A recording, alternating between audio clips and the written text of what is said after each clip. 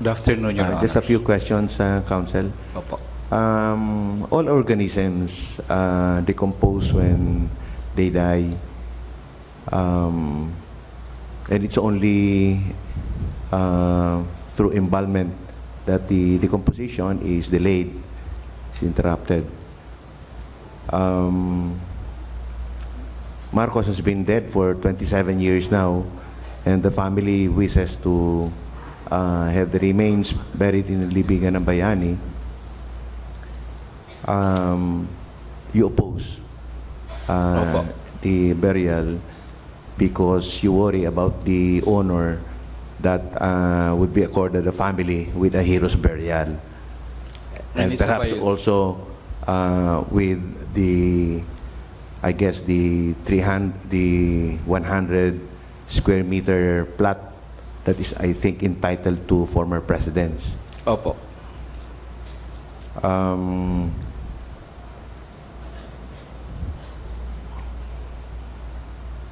Where do you want the president to be buried? Well, Your Honors, please, whether he is buried in Ilocos Norte, as I believe he wished before he expressed, it's a matter for the family, but not on a government land where the ones interred there are worthy of emulation and inspiration and fought for the causes, symbolizes the causes for which soldiers died for, as the standards would say. I have always asked this question, Your Honor, please. Bakit ini-insist talaga ng mga Marcoses na malibing si President Marcos doon? For so many years, they persisted in that, Your Honor. And I think the reason there is the message, Your Honor, the message they want to deliver the moment that he is buried there. And for us, Your Honor, that is really unacceptable for victims of human rights violations and the people who were victims also of the plunder. And what happens, Your Honor, to the EDSA people power? The people around the world, people hailed EDSA people power as an expression of the people's assertion of their rights against a dictator. Now, ang pinatalasik pala natin noong 1986 was someone worthy of emulation. So, Your Honor, yun talaga ang nakakasakit kasi, of course, decade naman na siya. So, what's the fuss? I understand your concern, and if I may follow up on the line of questioning of Justice Perez, he was saying that perhaps here in Metro Manila, we consider the former president a villain.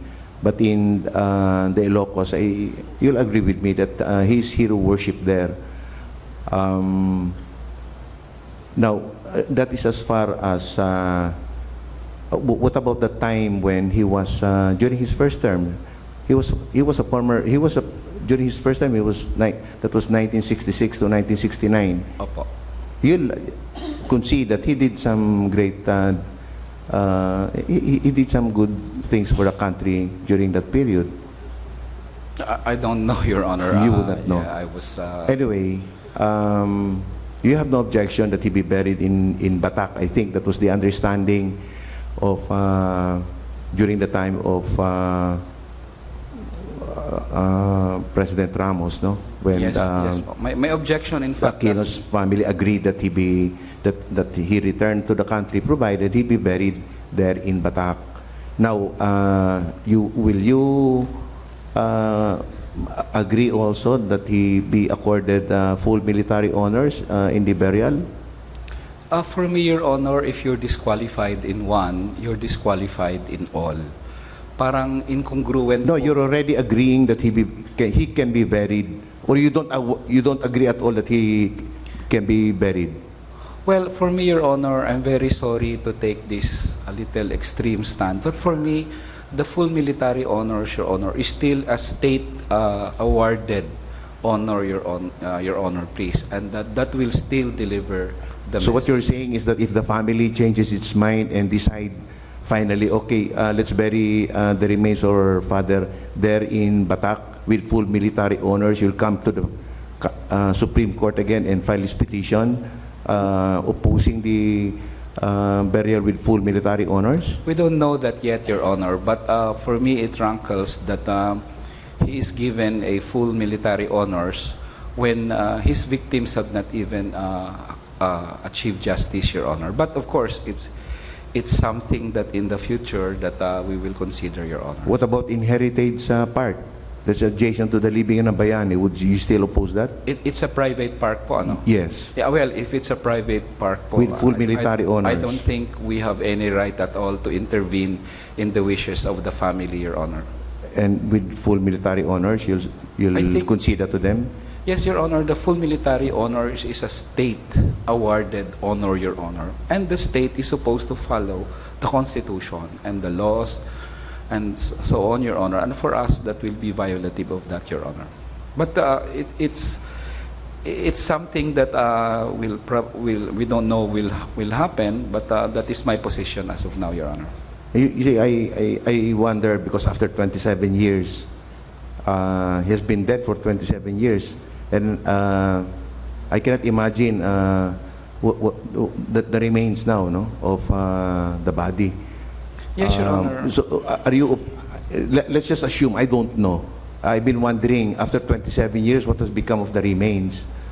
Let's assume that these are all bones. You still would oppose?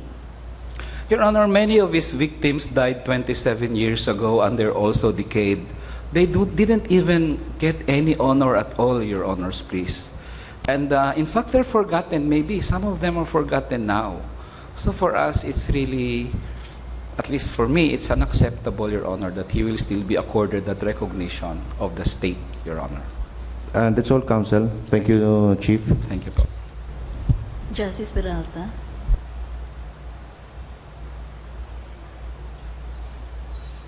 Attorney Colmenares, please.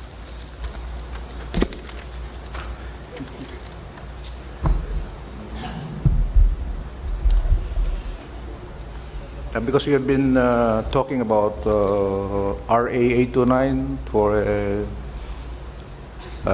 long period of time, but I want to ask a question that has not been yet asked by my colleagues. My question is, which came first?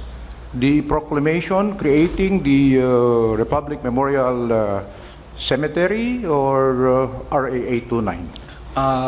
If I remember the note, Your Honor, RA 289 was promulgated, I think, in 1948, while Proclamation 86, which named Libingan, the McKinley. Yeah. But the Libingan Bayani, the predecessor of Libingan Bayani, is Republic Memorial Cemetery. Yes, Your Honor. Yeah. Per my research, Republic Memorial Cemetery was created in 1947. Yes, Your Honor. Ahead of RA 829. Yes, right? Your Honor. In that case, But President Magsaysay, you're talking about Proclamation 86, renamed Republic Memorial Cemetery into Libingan ng mga Bayani in 1954. Yes, Your Honor. Okay. But that proclamation actually was merely to change the name of Republic Memorial Cemetery, because the purpose of creating Republic Memorial Cemetery was to have a burial place for the war veterans, whether World War I or World War II veterans, or those who fought in the World War II. That was the purpose of the Republic Memorial Cemetery, right? Yes, Your Honor. But President Magsaysay expanded the coverage of Republic Memorial Cemetery and came out with Proclamation 86 in 1954. Yes, Your Honor. Am I correct? Now, if your contention is that RA 829 is applicable to this present petition or in resolving the issues in these different petitions, if 829 was intended to refer to the Libingan ng mga Bayani, do you think that Congress should have so stated in RA 829 that RA 829 covers Libingan Bayani and not in any other place? Well, I think Republic Act 289, Your Honor, refers to the construction of the Pantheon for presidents. Yeah, that's correct. While Republic Cemetery are for soldiers and war dead. So there was no problem initially, Your Honor. Except later on, in 1986, there was a directive which now included presidents among those who will be interred at LNMB, and therefore we contend, Your Honor. That's our contention. That's why. The standards of No, 289. I'm just trying to get your points because Opo. you're saying that RA 829 applies. because that is because the Libingan na Bayani is the one referred to in RA 829. That's what I understand from your petitions. Our petition, Your Honor, is that the standards in 289 applies. Okay. So it therefore- will be incongruous, Your Honor, please. May isang presidente, hindi siya manilibing sa Pantheon kasi he is against the standard ng 289. Pero dito siya ilipat sa libingan ng mga bayani. He will be now... That's the problem because yes in po. the Libingan Bayan in Proclamation 86 there were no amendments to that effect. If Yes they po. really intended to adopt the standards in RA 829, I do not see a reason why Congress could not have enacted the law and adopt the standards in 829 to apply to those buried in Libingan ng mga bayani. Yes, I think... Why only now that Marcos is being buried? We are now raising the issues that Yes, this Your 829, Honor. the standards set forth in 829 should likewise apply to the standards set forth. Well, actually, the To be question... set forth in the libingan ng mga bayani. Why only now? Yes, sure. It is only, because it is the issue is raised now, Your Honor. But actually, the sale directive included presidents.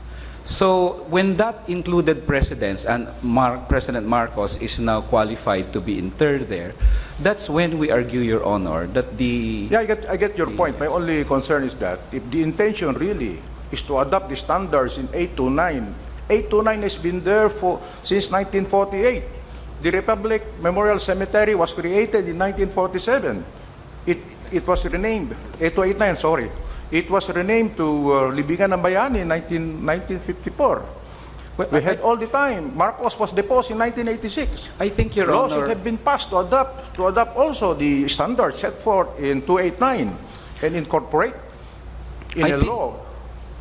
I think, Your Honor, that probably the presidents who issued the proclamation and the AFP who issued the directives found it unnecessary to expressly state that the standards apply because these proclamations and these directives cannot amend the law. So the law is always there, and if you want directive or an AFP regulation includes a function of the law, then probably it is deemed by the promulgators. But the problem with RA 289 is that it refers to a place, a pension somewhere in Quezon City. No, Your Honor, if I may, I think it's in the law. I was reading the law. It's somewhere is avenue to set aside. I think there's a proclamation. Huh? If I'm not mistaken, Your Honor, there's a proclamation that sets aside a lot in Quezon City. Yeah, that's correct. For the National Pantheon, that's what I understand. Yes, from but the law itself, Your Honor, does not specify the place. Presidential issuance actually allocated a lot in Quezon City. Yeah, that's correct. Yes, I Your Honor. agree with you. There's a proclamation later on Yes. allocating a portion in Quezon a lot for this National Pantheon. Yes, so under 289 RA didn't say 289. that the Pantheon should be in Quezon City. In fact, I argued a while ago that it could be in Taguig or in Bohol, but the standards will still be maintained, Okay. Your Honor. Now, the regulations of the Armed Forces of the Philippines provided for 2 disqualifications in order to be buried in libingan ng mga bayani. Do you agree with that? Have Yes, you read? it provided for 2 express provisions. Yeah, that 2 express disqualify. provisions. So, if I will read, personnel who were dishonorably separated, reverted, discharged from the service. Authorized personnel who were convicted by final judgment of an offense involving moral turpitude. Yes po. Okay. Now, when a soldier is dishonorably discharged, we assume that he is in active duty. Because you cannot discharge a soldier who is no longer connected with the military, right? I agree po. I So agree. it is a process that is done by filing a complaint, probably before the adjutant's office, that this fellow should be discharged from the service. I think that's logical, Your Honor. Yeah, that's the process. So you cannot discharge a soldier who has not been a soldier for a long, long time. It is a process that is undertaken during the active duty of a soldier. Right? Because that is administrative. The Yes, process Your of removing an employee, even in other cases, administrative in character. Yes, Your Honor. So you cannot file a case against a soldier to be discharged when he has already been separated from the service long time ago. Right? Yes, Your Honor. Do you dispute Marcos was a soldier? I don't dispute, Your Honor. You cannot do not also dispute that he was not dishonorably discharged. No, Your Honor. He was not separated from the service. No, well, Your Honor, No, he was not separated from the service in the sense that there was a finding that he violated the Articles of War yes, Your Honor. or any regulations being imposed by the Armed Forces of the Philippines. Yes, Your Honor, That's but since there's no definition of service in that sense, as Justice Carpio mentioned this morning, it could also mean that service as a civilian commander-in-chief, for Your Honor. But in any case, Your Honor, we contend that despite the express provisions in the directive, Your Honor, not only is the standard in RA 289 No, incorporated. I'm not anymore. I'm finished with RA 289. I might go back. But I'm also I might go saying- back later. What I'm saying is that it is an administrative process. Yes, Your Honor. Discharging a soldier is an administrative process. Marcos was not dishonorably discharged during his time as a soldier, was he? Not that we know of, Your Honor. Was he separated from the service during his time as a soldier? Not that we know of, Your Honor. Was he ever convicted of a crime involving moral turpitude? There was no He was opportunity not. to convict You're him, saying Your that Honor. cases could no longer be filed because he already died in 1989. Yes, Your Honor. In fact, it's very difficult Yeah, but to- the problem was his fault. Does everybody would like to die? Of course not, Your Honor. That is inevitable. Nobody could say when Yes. when your time comes, no? Because death is like a thief in the night, right? But what we're saying, Your Honor, is this. Why did the directive include an express prohibition of the dishonorably discharged from those qualified? I think the intent of that express prohibition, Your Honor, is that the dishonored cannot join the honored. Yeah, but the problem then is- therefore, then, Your Honor, Yeah, but that provision... But that's a problem because there is an office that should determine who should be dishonorably discharged. We're not in a position to do that. Yes, but I because don't think- the party should be given due process like in any other case. I don't think we like should in all limit other ourselves cases. to No, the... what I mean is this. My question is just simple. There was no process. Not that we know of, Your Honor. Yeah. There was no also criminal case finding him guilty involving moral turpitude. Not There that was we know none. of, Your Honor. There was none. So, strictly speaking, no, there is actually no law that is violated by the president in burying the remains of the late president. Other than 289, Your Honor, we contend that Republic So Act it is the law really that you're invoking is RA 289. 289, Republic Act 10863, Your Honor. And even the directive itself, we would like to argue. The 1063 that you are referring to is the one that was... Reparation of human rights. Reparation of But if I may, human even in rights. the directive, Your Honor, I'd like to forward that Marcos is disqualified even in that directive. If I may come forward. Yeah.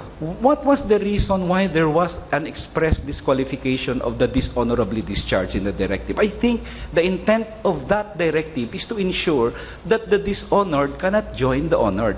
After all, why should we reserve a special plot for those soldiers when any soldier, whether a criminal or just because he wasn't convicted in an offense involving moral turpitude, will also be buried No, there? I think, Your Honor, even the directive contains within itself a prohibition that those who are dishonored cannot join the honored, Your Honor. But I'm just quoting the provisions of the express regulation provision, I of have- the armed process, though. Yes, Your Honor. Now, do you know if there are other remains buried in Libingan na Bayani who are not heroes? There are those There who are. proceeded. Yes, Yeah, Your Honor. there are. Yes, yes. Of course, national artists, they are not included. I Yeah, think so. soldiers, military men, Medal of Valor, all of this. Yes, but there po. are those who are buried who are not even members of the military, I or they think are not so, Your included in the list. I think so, Your Honor. Yes, yeah. But there were no objections. Well, we Were did- there objections raised when they were buried? The remains were buried I don't think we on should the ground that they should not be buried dead because they are not heroes. I don't think we should equate Marcos with others, Your Honor. Marcos is a different kind, Your Honor. I mean, he was a dictator. He was a plunderer. he was a human rights violator.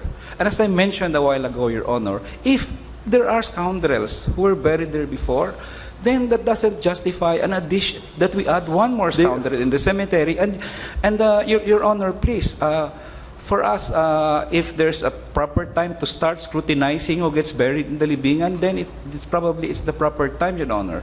The first time probably, but it can make sure that those plots reserved for those who are worthy of emulation and inspiration must now be scrutinized by the executive to ensure that the purpose with which these lots were allocated to special people are followed, Your Honor. Instead of a mere listing of people who are supposed to be there without looking at their records or whatever they did during their life, and that they be given honors in the libingan ng mga bayani and deemed worthy of emulation. That's a very powerful message, Your Honor, Now, that we cannot what is really your accept. objection? What is your real objection to bury the remains of President Marcos in the libingan ng bayani?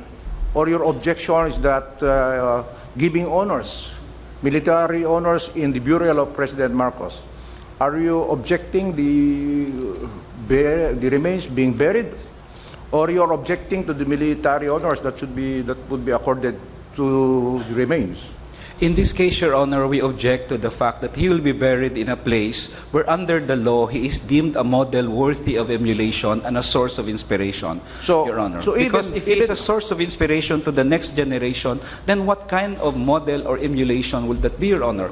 He was a plunderer and he was a human rights violator, and so these new generations will say, oh, so we should follow what he did. So crucial po yun sa amin. Crucial po yun sa amin.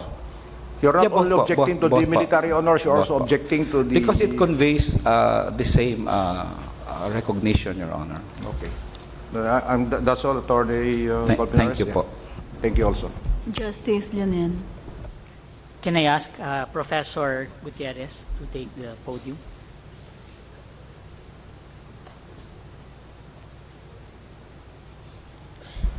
Good afternoon. Yes, Your Honor. Good afternoon.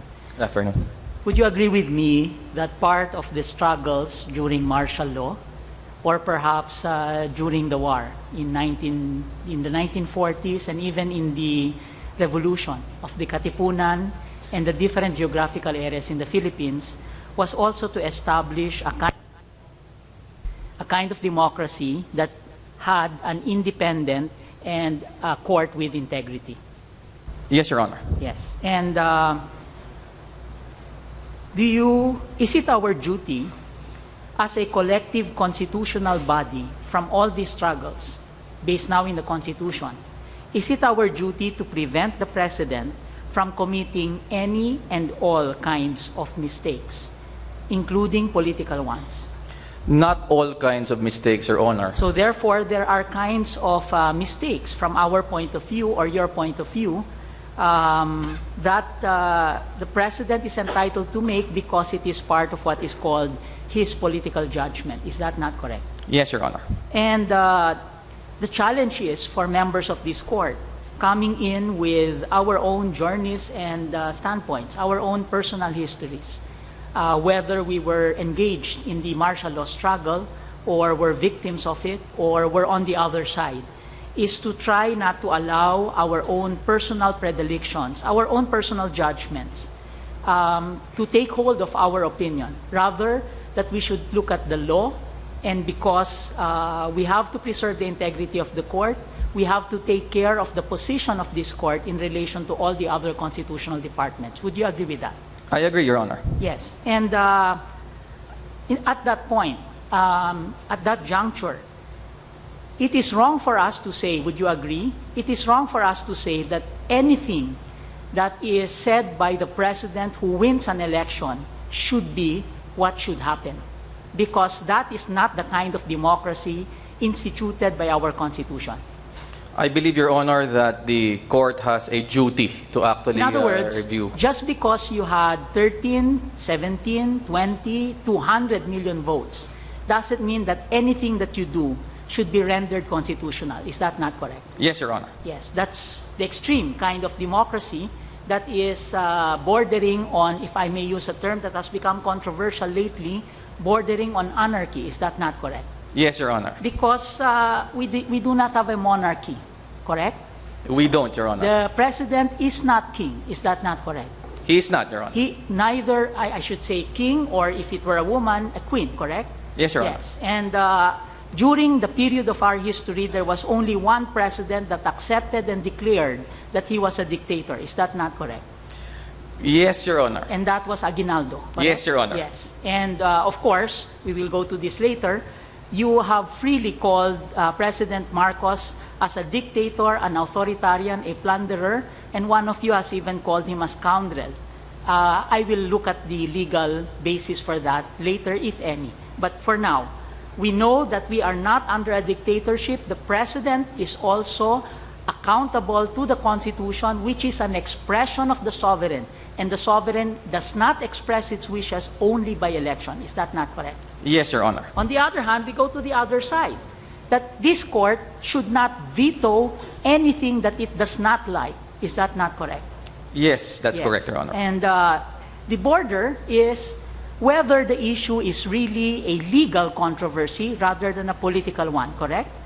Yes, Your Honor. Yes, and if it's a legal controversy, we are required to come out with our own reasoning for a case, and therefore we have ponencia, separate opinions, dissenting opinions, but that reasoning is not valid, even though logical, if it is not anchored on the premise of a text of a constitution, a law, an order, etc. Is that not correct?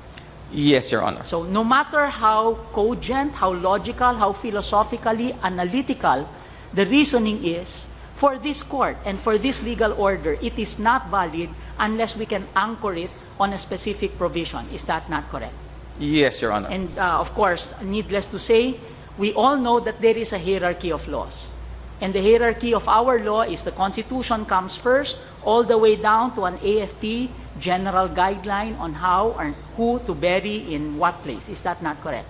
Yes, Your Honor. Yes. And let me say that the petitioners and the respondents both cited several provisions of various statutes, which therefore is for us to sift through and see which is the applicable statute. Is that not correct?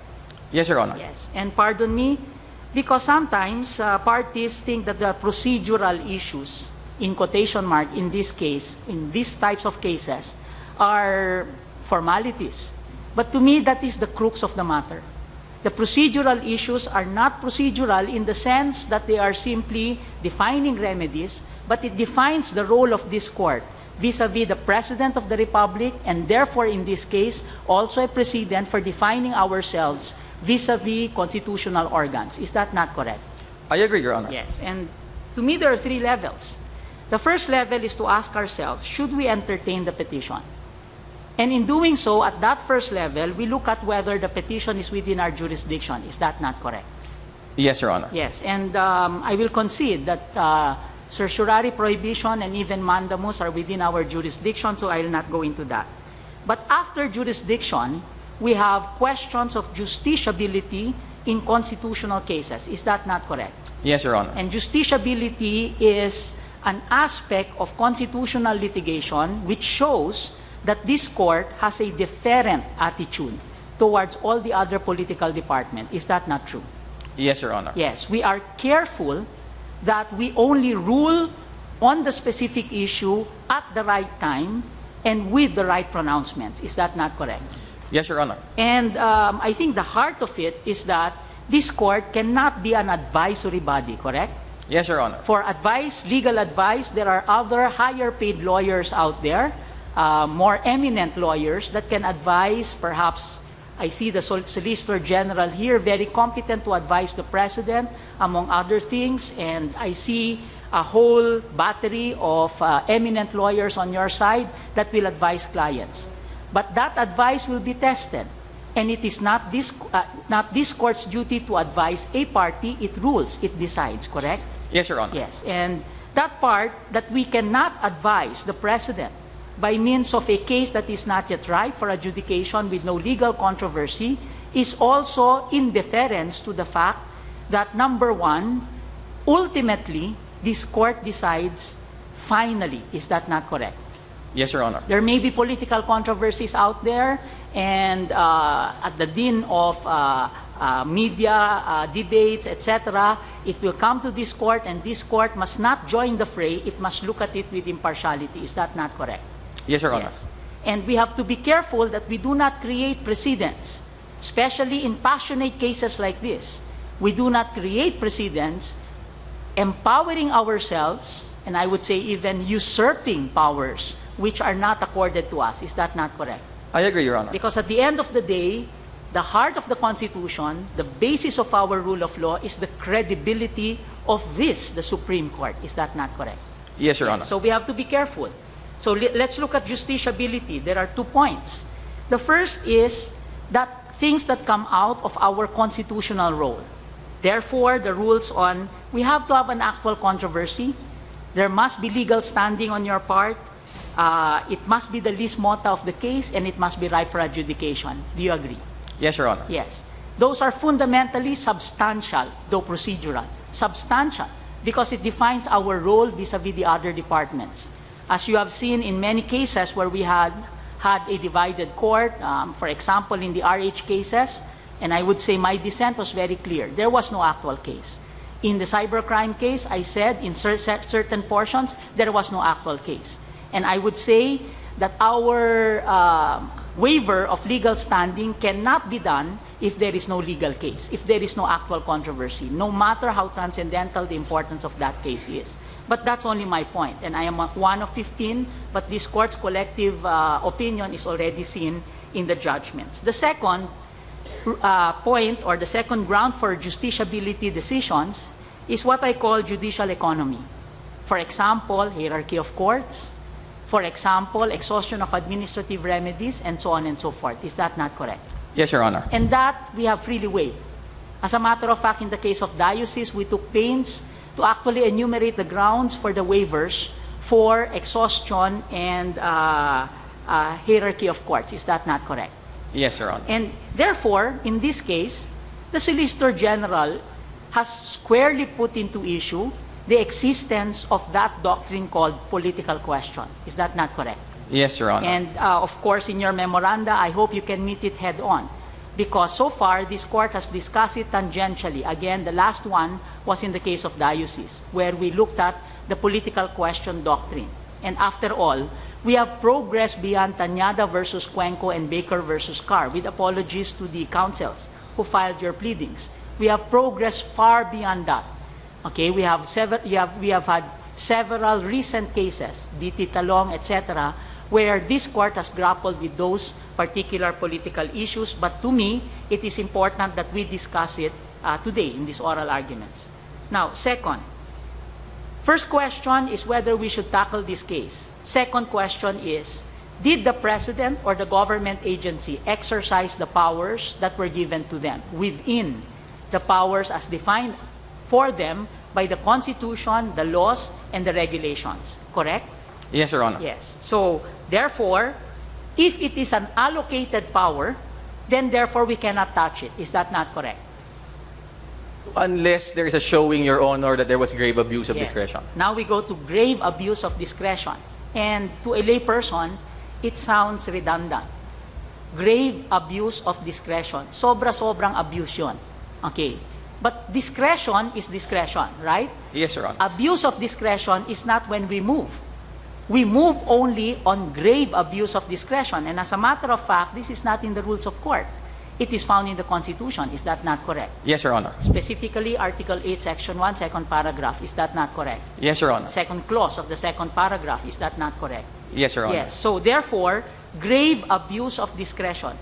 We have to be very clear that it was originally within the jurisdiction, but for a breach of a fundamental right, it has gone beyond that discretion. And therefore, there is grave. So either it is whimsical and capricious in terms of the exercise, or that there is a violation very clear of a fundamental right. Is that not correct? Yes, Your Honor. Which brings us to the third level of constitutional litigation, which is on the fundamental right that is actually violated. No matter how much a discretion, for so long as there is a fundamental right violated, this court will act. Is that not correct? Yes, Your Honor. And may I add, if you would agree, that the breach of that right has to be made clear by the petitioners. Is that not correct? It is incumbent upon petitioners to do Yes. so, Your Honor. And to make it clear, you have to do several things. Number one, locate the law. Number two, demonstrate the vinculum, the link between the act itself and the law, how it is breached. Is that not correct? Yes, Your Honor. Have you done that? We believe so, Your Honor. Of course, I expected that answer, but let us examine a little bit more. To the court, the breach has to be clear, again, because we want to defer to the other agencies, because they likewise are constitutional organs. They also read the Constitution. But before we go there, this Constitution is not simply a liberal democratic constitution copied from the United States. Is that not correct? It is not, Your Honor. Yes. In fact, we have progressed far beyond even the Malolos and the 1935 Constitution with all its amendments. Is that not correct? Yes, Your Honor. Because part of fundamental rights in this Constitution are concepts called social justice and human rights. Is that not correct? Yes, Your Honor. And forgive me that I do not agree with your pronouncements that there are some of it which are non-self-executing. Because in my point of view, every angle, every word in the Constitution is self-executory. It can provide a frame or define a prestation. Would you agree with that? I would, Your Honor. Yes. Such as Article 2, Section 11, which you quoted, which we will go to later. Is that not correct? Yes, Your Honor. Yes, okay. Now, there is another sticking sore issue which has been raised by the Solicitor General in their consolidated comments, which I want you to respond to. There is no judicial or quasi-judicial act subject of certiorari. There is no judicial, quasi-judicial, or ministerial act subject of prohibition. And I will not ask you because you were not the one that raised it. Mandamus cannot lie because your petition, I believe, is certiorari and prohibition. Your Honor. So, can you address that? Rule 65 says there must be a judicial act or a quasi-judicial act or a ministerial act. And conceitedly, I don't know if you would agree with me, that the decision of the President to grant the Marcoses the privilege of burying their kin in the cemetery in the fort is a discretionary act. To begin with, Your Honor, we did not file a petition for certiorari. It was purely a petition for prohibition. Because we acknowledge, Your Honor, and we accept that there was no exercise of quasi-judicial power by the President or any other body in this case. What we are invoking, Your Honor, is the portion which deals with the duty to perform a ministerial act. In this particular case, Your Honor, we believe that there is ample support in the Constitution, in law, and in jurisprudence to direct a course of action for the concerned official, in this case the President and his subordinates, tasked to actually administer the libingan ng mga We bayan. order the President to bury Marcos in some place in this country? Is that the ministerial act? No, Your Honor, but there are standards that have to be met, and those standards preclude the President actually directing the burial of Mr. Marcos in the libingan ng mga bayani. Or can you say that Rule 65 must be read in accordance with Article 8, Section 1, second paragraph? Because when Rule 65 was promulgated in the 1960s, the Constitution did not state that this court also had jurisdiction whenever there is a breach by any government instrumentality or agency with grave abuse of discretion. I would also agree to that, Your Honor. Okay. And maybe it's high time that in this particular case we be clear about it, knowing that on both ends of the table now, both parties are represented by very eminent counsels that can fully discuss whether this court now could say that Rule 65 is not the only 65 certiorari rule that we have in the rules of court, but there is the constitutional basis for grave abuse of discretion. Call it certiorari plus plus. I do not know. But maybe that should be the subject of discussion. And after all, the Solgen in their consolidated comment, the first and the second supplement tackled this particular issue. Can you cover that in your memoranda? We will comply, Your Honor. Okay. Now, does the political question still exist, considering Article 8, Section 1? It does, Your Honor. It does. So, therefore, you concede that the President can decide who to privilege in burying in particular public spaces in this country. Yes, Your Honor, provided that he complies with other standards already found in the Constitution and in the laws. I'll go to that later, but I forgot one other part, one other issue. Let us look at what your standing is and what your rights are, and what rights the parties have. Definitely, Ferdinand Marcos Sr. does not have any right, correct? None, Your Honor. Because he's already a corpse.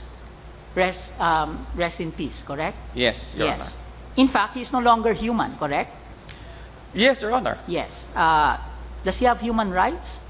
Not as He a did when he deceased was person. alive, He correct? did before, Your Honor. Yes, but today, no longer human, a corpse, and therefore what we are dealing with are the memories of Marcos held by the public and the heirs of Marcos. Is that not correct? Yes, Your Honor. Apart from the fact that you have defined your own potential standing. Of course, you want to convince this court that you do have standing as human rights victims. Is that not correct? Yes, Your Honor. May I just go to some of your clients just to be sure what the factual basis is of their standing? You have here former Chair Eta Rosales. Is this your client? Loretta Ann Pargas Rosales. Yes, she is, Your Honor. And her standing is? She is a human rights victim, Your Honor, and Can you be more member particular? of... What happened to her during martial law? She was arbitrarily arrested, Your Honor, and subjected to torture and other abuse. Was she raped? Yes, Your Honor. According to your petition, you did put there that she was Yes, raped. Your Honor. By Marcos? No, not by Marcos personally, Your Honor, but by persons acting under him. Under his direction? Well, maybe not his express direction, Your Honor, but members of his military. Hilda Narciso. What happened to her? Also a human rights victim, Your Honor. Are they here in this courtroom? Some of them are, Your Honor. Yes. And Aida Santos Maranan. Same thing, Your Honor.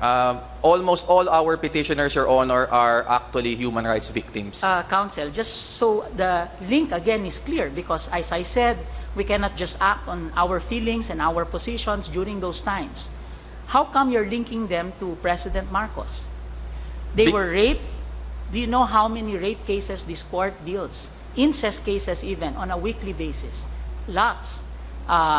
Torture, arbitrary detention also happens once in a while. But what's so unique about these cases? The uniqueness, Your Honor, is that these are not ordinary rape cases or cases of arbitrary detention. These are cases of violations that occurred during the Marcos regime pursuant to a policy enunciated by the Marcos regime. And the culpability of Mr. Marcos has actually been passed upon by... Why were they arbitrarily arrested? What were they doing? Were they drug addicts? No, Your Honor. I believe that most of them were engaged in political activism, Your Honor. In political activism, more particularly, they were campaigning for a candidate, or were they expressing views of a different kind? They were expressing views critical of the dictatorship, Your Honor. Critical of the dictatorship, and if I remember correctly, during my youth, I remember them as espousing structural change, the way that people now are also wanting change. Some of them, Your Honor. During yes. those times, change was a subversive idea, and therefore they were, as you said, they were arbitrarily arrested, etc. So, yes, we sympathize with them. And if I may say, I also sympathize with the clients of Attorney Latif. They like your clients, are experiencing the lack of recognition, the lack of memory, etc. Except recently there was a recognition of the Jabida massacre, and so on and so forth. But that nonetheless, we sympathize. But how is that related to the burial of Marcos? What are the rights specifically violated when Marcos is buried? In relation to the victims, Your Honor, our petitioners, the rights violated, Your Honor, have to do with their right to a remedy, which is actually recognized, and the state is obligated to grant them pursuant to its duties under international law, Your Yes, Honor, that such right, as the ICCPR. right to remedy, where is it found? Again, I am looking for the textual anchor. It's found particularly, Your Honor, in the International Covenant on Civil and Political Rights, Article 2. Article 2, we go to the International Covenant immediately. Is there anything in our Constitution that could serve as the basis? Well, the ICCPR, Your Honor, is anchored, well, it's applicability to our jurisdiction is anchored on Because the international law is not a supra-constitution. You agree with me? Yes, Your Honor. Yes, of course, from an international perspective, it is the Constitution for Human Rights, or part of the set of documents that present the Constitution for Human Rights. But in our domestic jurisdiction, of which we are creatures, this court, we have to deal with the Constitution. Is that not correct? Yes, Your Honor. And there is Article 2, Section 11, you quoted in your pleading. Yes, is that Your not Honor. correct? And Article 2, Section 11 states, if can you please put it up there, has two parts. The state values the dignity of every human person. And second, and guarantees full respect for human rights. Again, this is not hortatory. It is not palamuti. It is not decoration. It is very clear provision, Section 11 of Article 2, which requires two things. The state should value the dignity of every human person. Is this qualified? No, Your Honor. There Does is it no say qualification. persons who are not criminals? Does it say No, that? Your Honor. Every It's- human person, It's correct? every human person, Your Honor. Even the criminal, correct? Yes, Your Honor. Even the suspected criminal, correct? Yes, Your Honor. Even the subversive, correct? Yes, Your Honor. Even the person that dissents, correct? Yes, Your Honor. Even a person who is annoying, correct? Yes, Your Honor. Even the trolls, correct? Yes, Your Honor. Assuming they are persons, correct? Because Well, it can be a, unless they are a bot. bots, Your Yes, Honor. yes. But to this point, it is very clear that part of the frame of our Constitution is that we start with the value of every person's human dignity. Is that not correct? Yes, Your Honor. The heirs of Marcos, do they have human dignity too? They do, Your Honor. Yes. And part of their human dignity is for their family to be treated the same way as any other family, correct? Yes, Your Honor. Unless there is a reason to make a distinction on the basis of social justice. Is that not correct? I agree, Your Honor. Yes, but fundamentally, we can only do so much. In other words, once a person commits a sin, it doesn't mean that his entire being is already sin, correct? That's correct, We Your Honor. address the act, but the person is maintained because that is what the Constitution says. The state values the dignity of every human person, correct? Yes, Your Honor. Okay. And there is only so much shame that one person can take. Is that not correct? There is, Your Honor. Yes. And at a certain point, there has to be a limit to that, correct? Yes, Your Honor. Yes. And generally, it is not this court that will say, but the political departments that will say, correct? First. Generally, yes, Your Honor. Yes. Okay. And there is a second point here. It says, guarantees full respect for human rights. This is a second clause, correct? Yes, Your Honor. Because the first one is a state of mind, an attitude, correct? Yes, Your Honor. The second one requires positive acts. Guarantee means to assure, to make sure. And it is not only human rights, it is not only respect for human rights, but full respect for human rights. Is that not correct? Yes, Your Honor. Was this in the 1973 Constitution? No, Your Honor. The Marcos Constitution, it was not there? It was not there, Your Are Honor. you sure? Yes, No, Your it was Honor. not there. What about the 35 Constitution? No, Your Honor. No, but it had terms like social justice, correct? Yes, Your Honor. Was it in the instructions of McKinley? I don't believe so, Your Honor. Or was it in the Malolos Constitution? No, Your The Honor. Pact of Biak na Bato? No, Your Honor. Okay, so in other words, this is something that is found in our Constitution, which makes our Constitution unique. Is that not correct? Yes, Your Honor. Okay, Compared to these other constitutions. yes. Guaranteeing full respect for human rights, is that a duty of the legislature only? No, Your Honor. It's a duty of the entire state through all of its branches of government. In other words, if there is statutory basis, this court is also mandated not to do away with this, not to sweep this under the rug, but we should read it in accordance with our duty as part of the state, because it says here, it is not the legislature that is the holder of the duty, it is the state, and we are the state, part of the state at least. Is that not correct? Yes, Your Honor. As a government, it is part of our duty. By the way, the state includes its people, correct? Yes, Your Honor. And the people also need to guarantee full respect for human rights. Is that not correct? I agree, Your Honor. As a matter of fact, during the time of martial law, if I remember correctly, there was deafening silence. When martial law was declared, people I felt were so scared, including myself. Metrocom, being arrested, being tarnished as communists, and being taken away, correct? Yes, Your As a Honor. matter of fact, we've heard stories which became true that the most articulate politicians of that day, Benigno Aquino, Jose W. Jocno, Lorenzo Tañada, were taken away. Is that not correct? Yes, Your Honor. As a matter of fact, the entire Constitutional Convention in Javillana versus Executive Secretary, we see this, was closed down until they agreed to a particular type of government setup. Is that not correct? Yes, Your Honor. Yes. And that's part of our history. And can we take judicial notice of that, do you think? Yes, Your Honor. Yes. Now, this is the constitutional provision. What is the relation of your international treaties to this provision? The international treaties, Your Honor, provide a substance as to what human rights are subject to the state guarantee under So Section the 11. International Covenant on Civil and Political Rights become part of our law. Is that correct? Yes, Your Honor. Via Well, via the treaty clause, Your Honor, specifically, and the treaty incorporation clause. Yes. So those treaty provisions must be read with the Constitution as our, if I may borrow from one of my colleagues, our prism, correct? Yes, Your Honor. From our point of view, it should be the Constitution that we will use to read those provisions. Is that not correct? Yes, Your Honor. There is another point which I wanted to clarify. The principles for the right to a remedy that you mentioned in your pleadings, is this also a treaty? No, Your Honor, these are found in two instruments. One is a declaration of the UN General Assembly. The other is an issuance by the Human Rights Commission of the Okay. United Nations. So treaty is very clear. They become part of our law. Statements of general principles of the body that made the treaty, are they likewise, do they piggyback on the treaty as they become part of our law?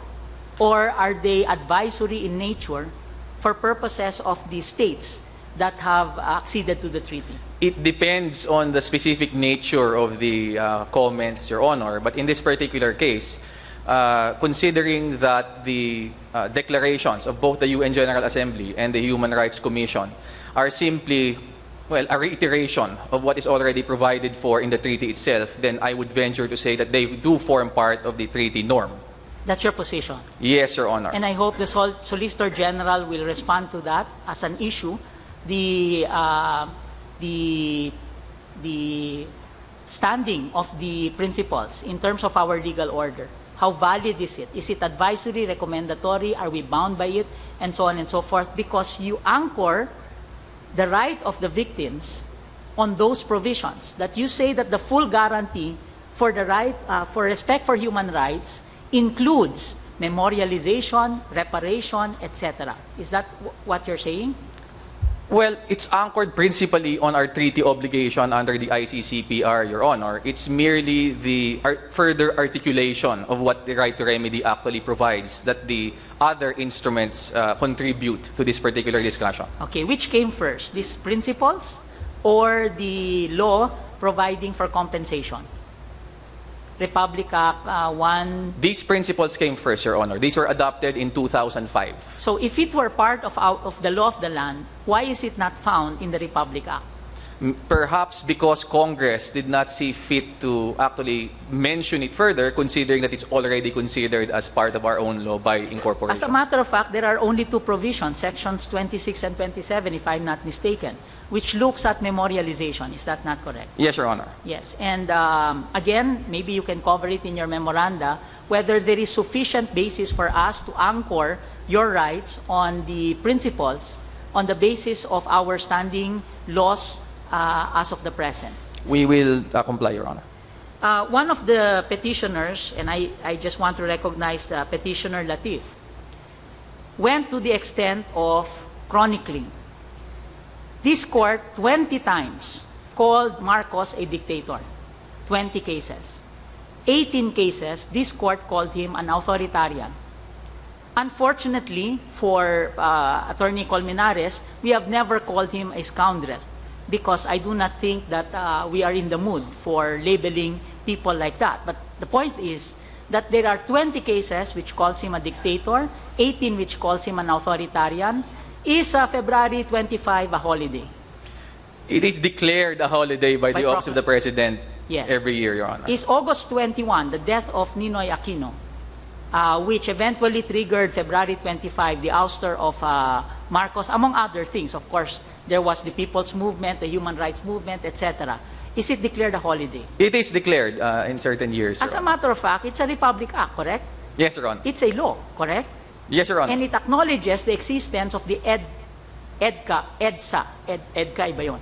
The EDSA Commission. Is that not correct? Yes, Your Honor. Yes. It recognizes the EDSA Commission created in 1999, and the EDSA Commission was to commemorate February 25. Why, Counsel? What happened on February 25? This was the People Power Revolution, Your Honor. So there is recognition in terms of our law of what happened to Mr. Marcos. Is that not correct? Yes, Your Honor. And we celebrate it, correct? We do, Your Honor. Yes. And therefore, as a matter of law, it is acknowledged that the president, former President Marcos, was ousted, correct? Yes, Your Honor. Is he unique among other presidents? Have we ousted any other president?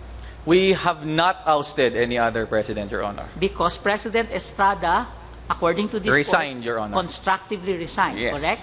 And the Constitution was kept in order. But after EDSA, we did have Proclamation number 3, declaring a freedom constitution. Is that not correct? Yes, Your Honor. And Proclamation number 3 was challenged before this court. Do you remember? Yes, Your Honor. Yes. The title of the case is Lawyers League for a Better Philippines versus Aquino, followed by Inre Saturnino Bermudez. Is that not correct? Yes, that's correct, And Your Honor. it is one of the shortest cases, a delight for my former law students to read, because Lawyers League for a Better Philippines had only one paragraph, and it was not a minute resolution. It simply said, the people have spoken, the sovereign have spoken, and we will not look into the validity of the proclamation already, correct? Yes, Your Honor. Yes. And from there stemmed the 1987 Constitution. Is that not correct? Yes, Your And the Honor. 1987 Constitution was promulgated in the light of the events of February 25. Is that not correct? Yes, Your Honor. Therefore, do we need to take that into consideration in relation with the public's rights and the victims' rights in relation to the burial of Marcos? Yes, Your Honor. That's one of our main contentions. Okay. Now, let's look at the power of the president. The power of the president to actually give the privilege to the heirs of Marcos is what? Where can we locate that in the Constitution? Well, in the Constitution, Your Honor, it's the executive power, Your Honor. Yes, where? What kind of executive power?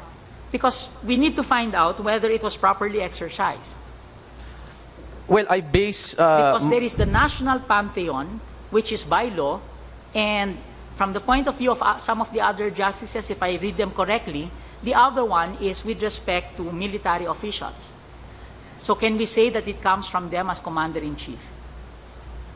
I would suppose that if it's a judgment anchored on Marcos as a soldier, Your Honor, yes, it would fall under his responsibility as Commander-in-Chief. So the proposal, from your point of view, your reading of the orders now, the proposal is coming from the Commander-in-Chief or coming from the Chief Executive?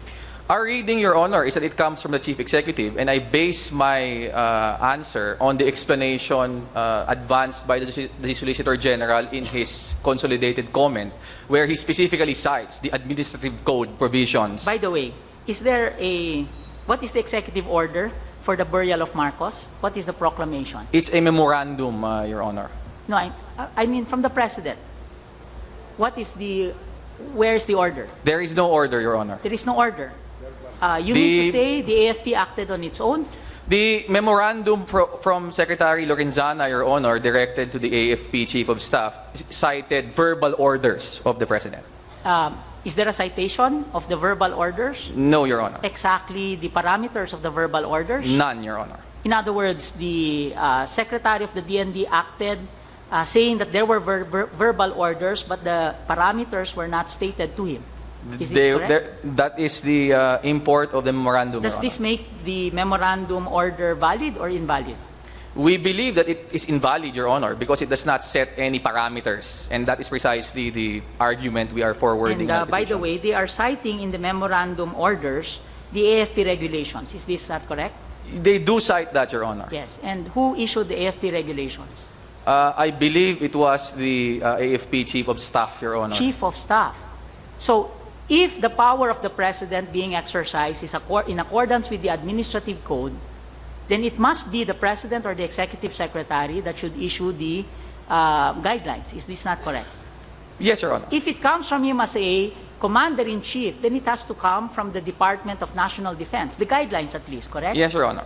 So we are now debating about guidelines issued by the Chief of Staff as to the burial of dignitaries, Medal of Valor recipients, etc., correct? Yes, Your Honor. What is the statutory basis for this guidelines? Well, there are none, Your Honor. They don't really specify any statutory basis, but the contention of petitioners, Your Honor, is that we should read Republic Act 289, among other laws, So there are orders of the Chief of Staff to its subordinates, and I am sure that every lieutenant, every captain, every major should follow. Is that not correct? Yes, Your Honor. Yes. But should the civilian government also be beholden to those guidelines? Normally, no, Your Honor. Did you make this an issue in your pleadings? I do not believe we address that squarely, Your Honor.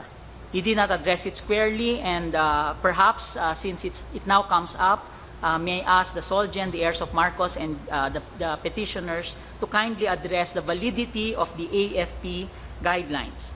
We will comply, Your Honor. Is there a clear basis for stating who and who will not be buried in the libingan ng mga bayani? Is there a clear basis in the guidelines? Let's not go to Republic Act 289. My colleagues have aptly discussed it, and I will just pick up from their discussion. The guidelines contain an enumeration, Your Honor, of who is presumptively entitled and a set of 2 exceptions. Okay, so it says Medal of Valor, correct? Yes, Your Honor. Presidents, correct? Yes, Your Honor. By the way, does it say Chief Justices? I don't I am believe not so, Your Honor. implying anything. I don't believe so, Your Honor. That there were Chief Justices that are already dead, correct? So it doesn't say so, correct? No, Your What Honor. about Senate Presidents? I don't think Senate President is there, Your Honor, although there is a blanket provision on statesmen, but that Okay. will require the concurrence of Congress. What about 5-year-olds collaterally killed, Danica May Garcia, in drug wars?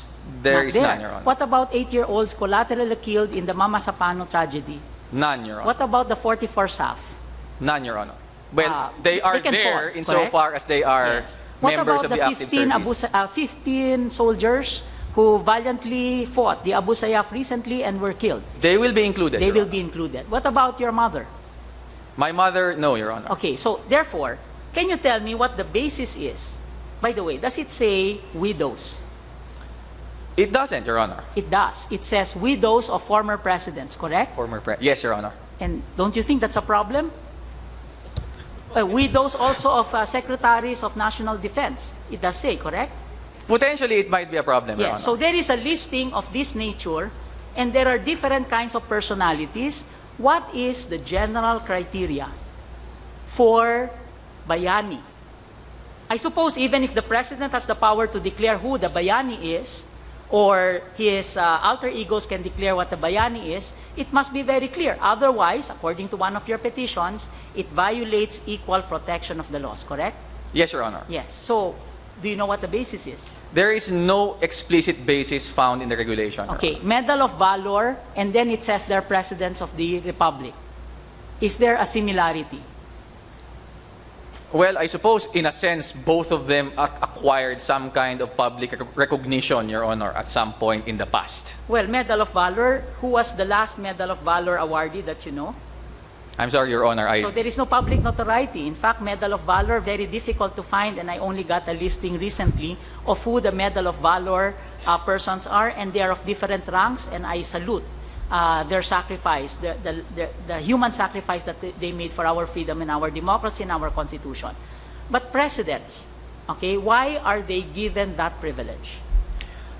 I suppose in recognition of the service that they devoted to the country Well, as chief executive. Your Our Honor. bailiff is also providing service.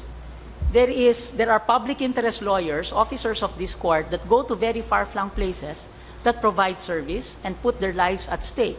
The Solgen is providing very good service to this republic. In fact, he has even attracted fire when he made certain pronouncements to protect the government in its various programs, etc. So there are lots more. So why a president? Because he is commander-in-chief, Your Honor. Commander-in-chief. Therefore, we give him that honor.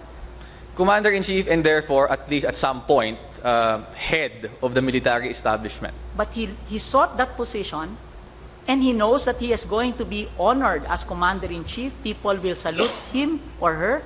He is already Chief Executive. He has all that power already. And then when he dies, he also has that privilege over all other citizens. I thought public office is a public trust. I thought that every public official is our servant. And when you seek a position, come hell or high water, whatever harassment you experience, including justices of the Supreme Court, you sought it. But then you carry also a title, and that title is privilege enough. Correct? I agree, Your Honor. Yes. But why is he given a special status in terms of the AFP guidelines? The problem, Your Honor, is we can only speculate because the AFP guidelines themselves do not provide any clear answer. So again, would you say that this might violate or skirt through the question of equal protection of the laws? It's possible, Your Honor. Or do we say that because it's such a small space, we give the President full discretion already to allocate that public space? I do not believe we can do that in this case, Your Honor. Yes. As far as your pleading was concerned and your argument, you said that there is no public purpose. Yes, Your Honor. Of course, we listened to your argument, but here I am pointing out to another aspect. Is it possible to say that there is some favoritism that is involved? The widow of Medal of Valor awardees are as entitled as a President of the Republic, wouldn't you think? Yes, Your Honor. Yes. In fact, some of your clients might be entitled because of their service during martial law. Is that not correct? They might, Your Honor, although In fact, none of them has sought the privilege. You yourself can be bayani, correct? So long as the President can define a very clear basis for saying that they are in fact presidents. Okay. Is there a right to a correct history? Yes, Your Honor. There is a right to the truth. And in that sense, the history must be truthful. Okay, again, 20 times we called him a dictator. 18 times we called him authoritarian. Several laws, including Marcos compensation. Several cases in the Supreme Court. There is a memorial established under the law for compensation. There is a bantayog ng mga bayani there in Quezon City.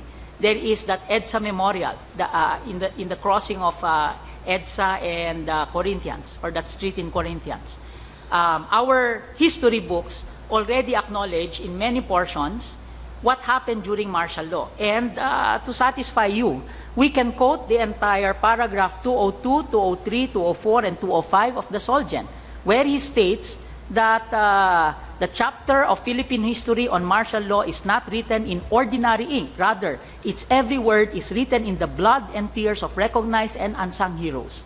Its every page is a shroud that has their bloodied but valiant faces on it, and each turn of these pages echoes their cries for freedom. We can quote this entire thing.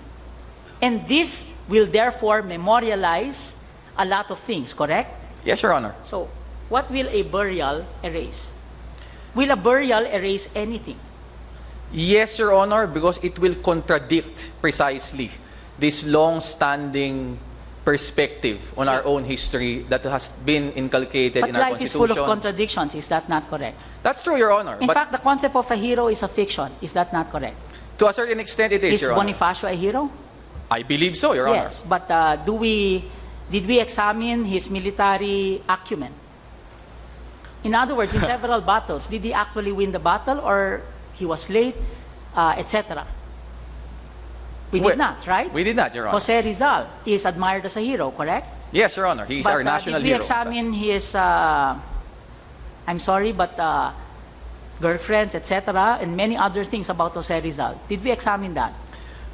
We More could. often than not, we don't, Your Honor. Yes, but as a hero, we caricaturize a person, look at the good things, okay, and then dampen the other things. Is that not correct?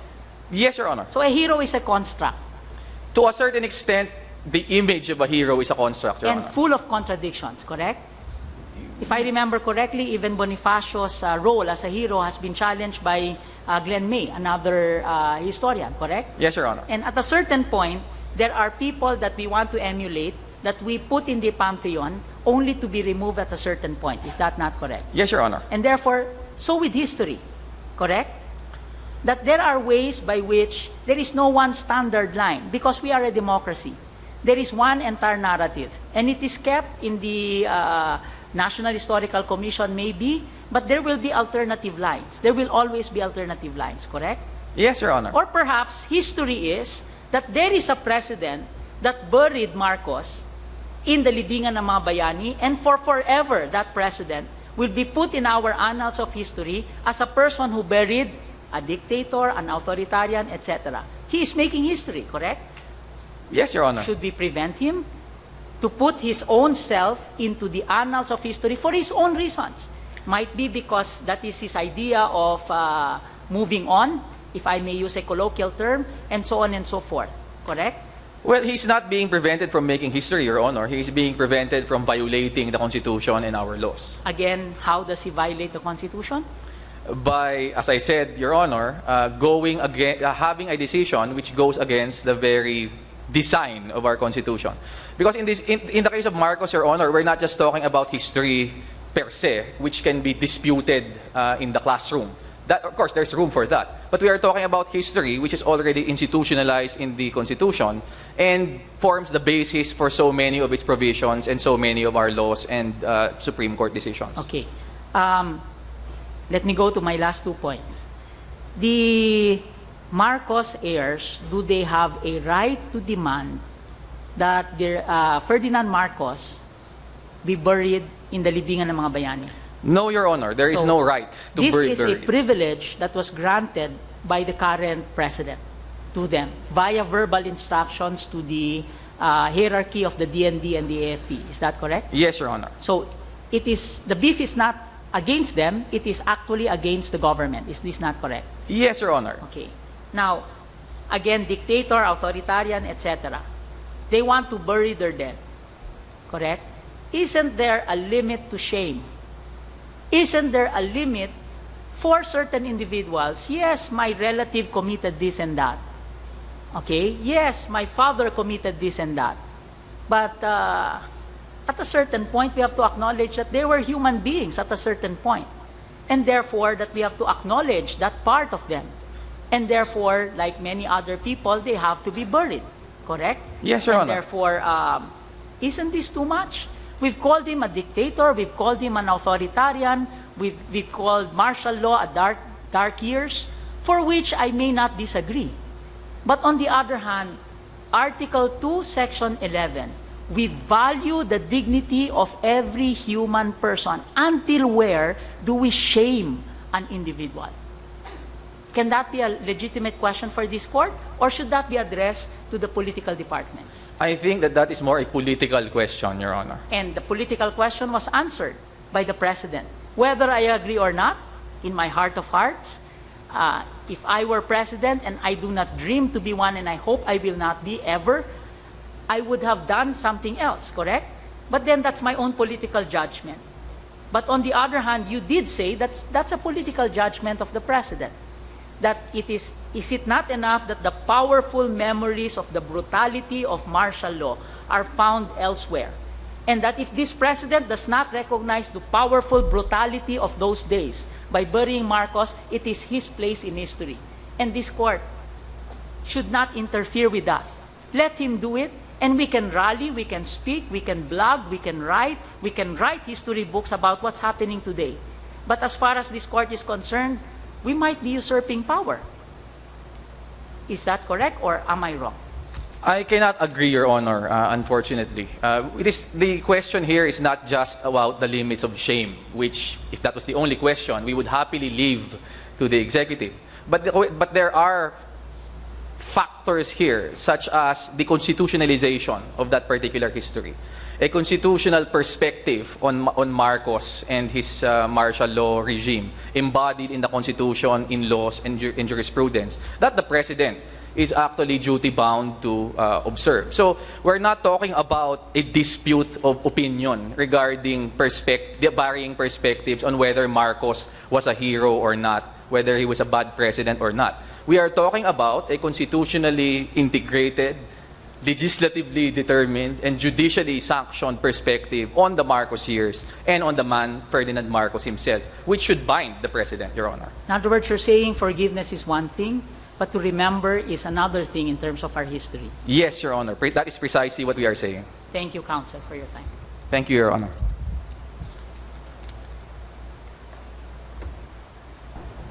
Justice Velasco. Can we call former Congressman Colmenares?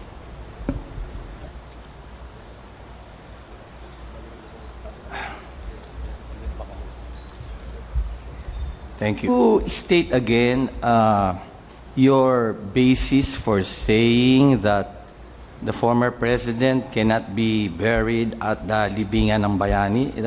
Can you start with the laws first? Yes. Can Yes, you Your just Honor. enumerate first? Yes. Well, we contend, Your Honor, that the interment of President Marcos violates the law, Republic Act 289, Okay, and the let's stop at provisions that. of the Okay. Yeah, okay. You have other provisions. Section 1 of Republic Act 289 provides to perpetuate the memory of all the presidents of the Philippines, national heroes and patriots, for the inspiration and emulation of this generation and of generations still unborn. There shall be constructed a national pantheon, which shall be the burial place of their mortal remains. Okay?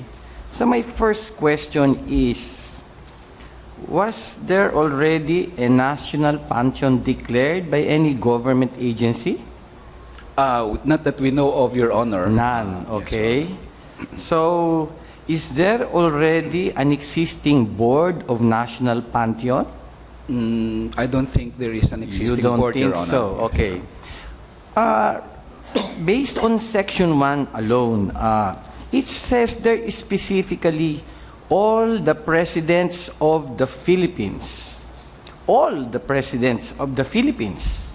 Yes, Your Honor. It is a provision that says the mortal remains of all the presidents of the Philippines shall be buried in a national pantheon. That is correct, Your Honor, but with the corresponding qualification that only those who deserve emulation and inspiration, Your Honor, for You're the saying generations. that the phrase for the inspiration and emulation of this present generation and generations yet unborn is a qualifying condition? Yes, Your Honor. Okay, that is your view. Yes, Your Honor. Okay, but Because otherwise, Your Honor, another view may be that the reason behind the creation or the construction rather of a national pantheon is first to bury all the presidents, and then whatever good deeds or contributions to the country they did, that will serve as the basis for the inspiration and emulation of this present generation and generations still unborn. Is that possible? Can that No, Your interpretation be made also? no, Your Honor, because why separate we think that is the intent of the law. Why separate a plot for presidents who do not deserve emulation and a source of inspiration, Your Honor? I mean that the very reason why you put them in hallowed ground or in shrines is because they deserve emulation and as an inspiration, Your Honor. So therefore, this listing of all presidents is qualified by the standard in the section Article 289, Your Honor, please. Don't you agree that all the presidents of the Philippines have, one way or another, made contributions to the Filipino people? Probably, Your Honor, but Probably. if there are crimes and grievous There are- human rights violations and that will erase whatever contribution a president has done, then that president no longer deserves emulation, Your Honor.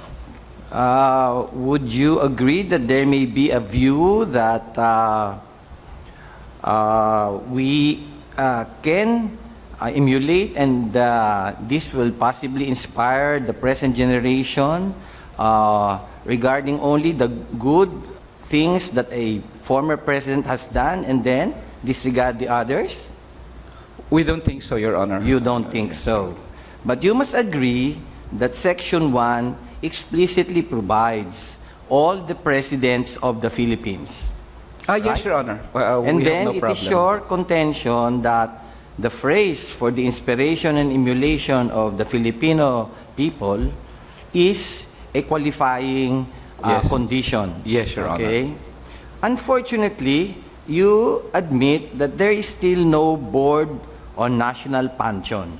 Yes, Your Honor. And under the law, this is the only government agency that can interpret, or rather implement, Section 1, and in case of doubt, interpret. Correct?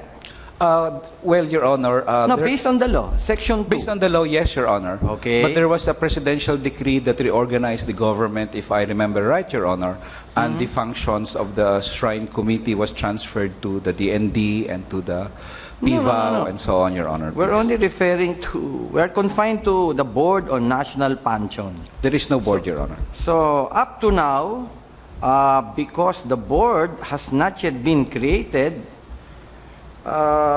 it would appear that Republic Act 289 does not appear to be implemented yet. It's not executed yet, and the board is not yet functioning. With That's the regards- reason behind it. With regards, Your Honor, probably to the construction, we don't know if it was ever constructed, but we continue to maintain, Your Honor, that the standards for President's burial, Your Honor, is still valid, Your Honor. Okay, but we are looking at the legal basis for your petition that the former president should not be buried at the Libingan ng Bayani. So, due to the fact that the board has not yet been organized and is not functional, then Republic Act appears to be a dead law. We cannot really make use of this as a basis after all. Well, it has not been expressly repealed, Your Honor, and the directive issued by the AFP cannot repeal that law, Your Honor. So they cannot just put in their listing precedent and not accommodate the standards therein, Your Honor. So since it has not been repealed, that is the basis for contention that the standards therein continue to be incorporated in any directive to inter precedents, Your Honor. A rule cannot go beyond the law. That's Precisely, Your what you're Honor. Precisely, Your Honor. Libingan ng Bayani has not been declared a national pension. I don't know of any declaration, Your Honor. Okay. Before it was called Libingan ng Bayani, what was it called? Republic Cemetery, Your Honor. Republic Memorial Cemetery Yes, Your Honor. under Executive Order number 77, correct? Yes, Your Honor. And before Executive Order number 77, the remains of the other heroes and the military officials or dead war heroes were buried in other places, like in Bataan, correct? Yes, Your Honor. So The that's the war reason dead, Your why Honor. they created the Republic Memorial Cemetery. Yes, Your Honor. Then afterwards, there was a proclamation, 208, and they set aside a parcel of land. And this is where we encountered the name Libingan ng mga Bayani. But Proclamation 208 merely states it is the proposed site of the Libingan ng mga Bayani. What is the basis for the name given to this memorial cemetery now? Yes, Was there the- a proclamation before by any president? Yes, there was, Your Honor. Proclamation 86 renamed 86. Republic Memorial Cemetery to Libingan ng mga Bayani to symbolize, as the proclamation stated, the causes for which the soldiers died and to show our esteem and respect, Your Honor, to those buried there, Your Honor. So even the proclamation, in fact, we contend, contains still an additional standard, Your Honor, that only those who died for, or at least the causes, fought for the causes which soldiers died for, should be interred there, Your Honor. But it was indeed remained Libingan ng mga Bayani, Your Honor. That is proclamation number 86, I think, Your Honor. 86, I okay. think, And Your what Honor. year was that? I think it was in 1954, Your Honor. 1954 53 or also, 54. 53 also, okay. Because Executive Order 77 is also 1954. 1954, Your Honor. Yes, okay. You made mention of Republic Act 10368 as Yes. another basis for Yes, Your your Honor. prayer that the burial of the former president should not be implemented at the libingan ng bayani. Yes, Your That's Honor. your other legal basis. Republic Act 10863, Your Honor, is the Marcos Human Rights Reparation Act, no? Yes. It provides for, of course, the basis for the law are the violations of human rights by Marcos and the plunder and so on, Your Honor, and provides for the reparation of victims in 10 billion pesos taken Yes. from the ill-gotten wealth of Marcos returned by the Swiss banks in Okay. the tune of about, I think it totaled up to about $650 million or about 32 billion, Your Honor. The second component is that the victims will have non-compensatory, reparation, Your Honors. And the third is that their heroism and their sacrifices shall be enshrined in the roll of victims, Your Honor, their names enshrined therein, and a memorial will be constructed, Your Honor, for the honor and the memory of their sacrifices when they were brutally tortured or killed, Your Honor, or disappeared during the time of martial law, Your Honor. Okay, that's accurate. But I went over Republic Act 10368, and I don't find any legal provision, any provision there that says that the burial of the president at the libingan ng bayani, former president at the libingan ng bayani, is prohibited or barred. Yes, Your Honor. There is no explicit provision there. Yes, right? a prohibition did not be expressed, Your Honor, especially as in this case, Your Honor, as petitioners, of course, contend. The right to reparation, Your Honor, and the right to recognition, Your Honor, is practically diminished, if not completely obliterated, because they are being honored in the role of victims for their sacrifices and their heroism and their torture, and yet the torturer is placed in a cemetery where he will be a source of emulation. So for the victims, it is really a complete obliteration of that gain. But ano ngayon ang sasabihin po ng tao? Sino bang i-emulate namin? Kayo o siya? So Yeah. for us, Your Honor, it violates our right under that law, Your Honor, please. But there's still no explicit provision here. Yes, that Your Honor, bars but there the are burial many- of the president at the Yes. libingan ng bayani. Yes. Okay. Has the libingan ng bayani been declared a national shrine? Because the chairperson of NCA said they have not declared it yet, or have you declared it? It was declared by law daw po. It Your was Honor. declared by law, libingan ng bayani. And what law is that? Sorry, yeah. Can you approach the podium and make use of the mic? Yeah. Your Honor, Proclamation number 208, dated May 28, 1967. What particular provision in Proclamation 208 that says that libingan ng that parcel of land, 142 hectares, is declared a national shrine? What portion of the Proclamation 208?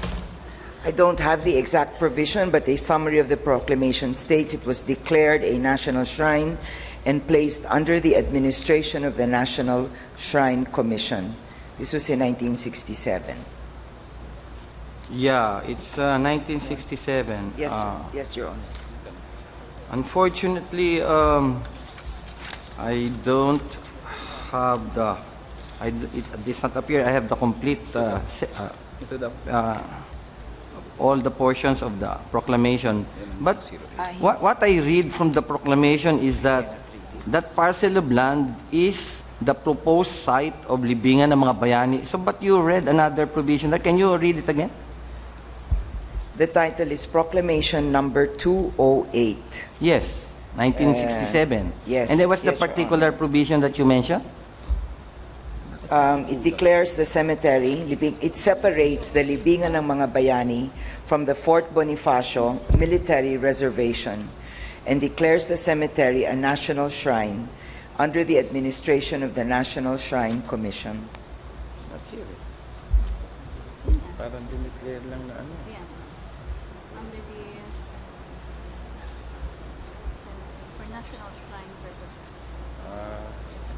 National.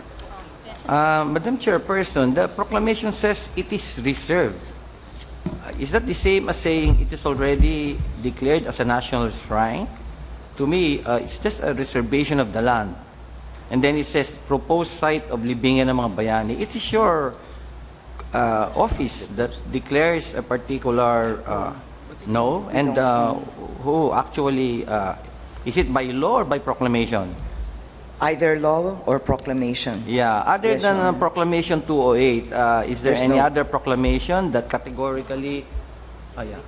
I don't know of any, Your Honor. Yeah, I have here. It's only 2 pages actually, and Yes. you read. Wait, let me see. Here you said it's reserved. Yeah, it is reserved for national shrine purposes. The administration of the National Shrines Commission. It's the National Shrines Commission, Commission. not your office. Not ours. Okay, thank you, Madam Thank you, sir. Chairperson. All right. Now,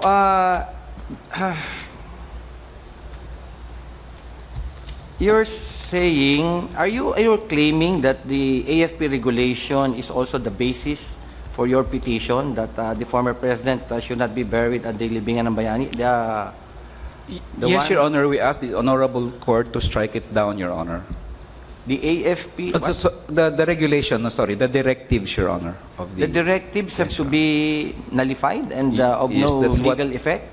Yes, Because the it runs directive- counter to Proclamation 289. That's what you're saying. clarify, Your Honor, the directive Okay. allowing President Marcos So to you're be not buried. using this as your basis for the relief that you're claiming here to If you're prohibit the talking- burial. If we're talking of the AFP regulation, Yeah, Your Honor, 161-375 dated September 11, 2000. yes. If we're You're not using it as an argument to support your position. In fact, we can even argue that even under 161.373 or the AFP regulation, that AFP regulation does not exist in a vacuum.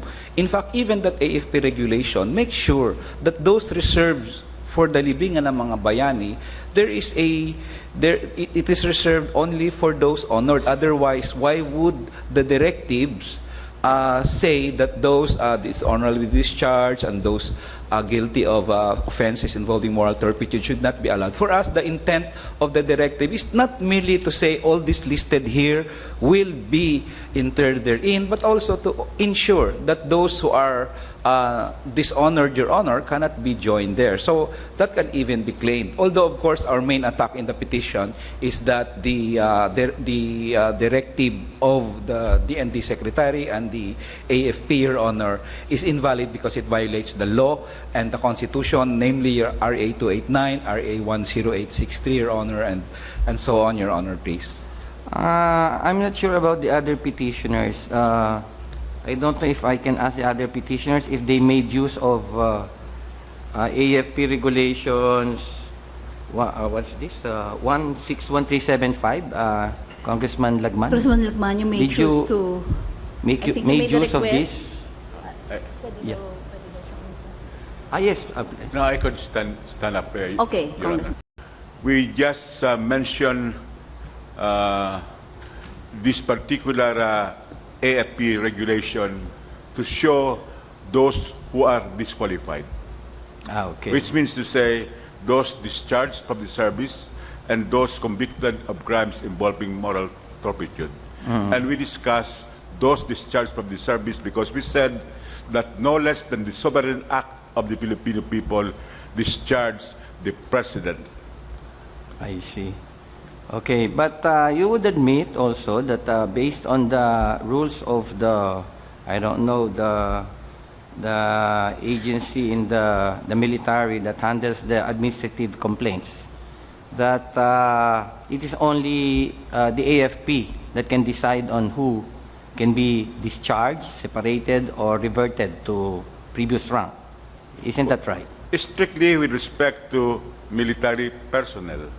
But that provision, as interpreted by the Honorable Senior Associate Justice Carpio, it states there that service is generic. So it could be service both in the military as well as in the civilian institution.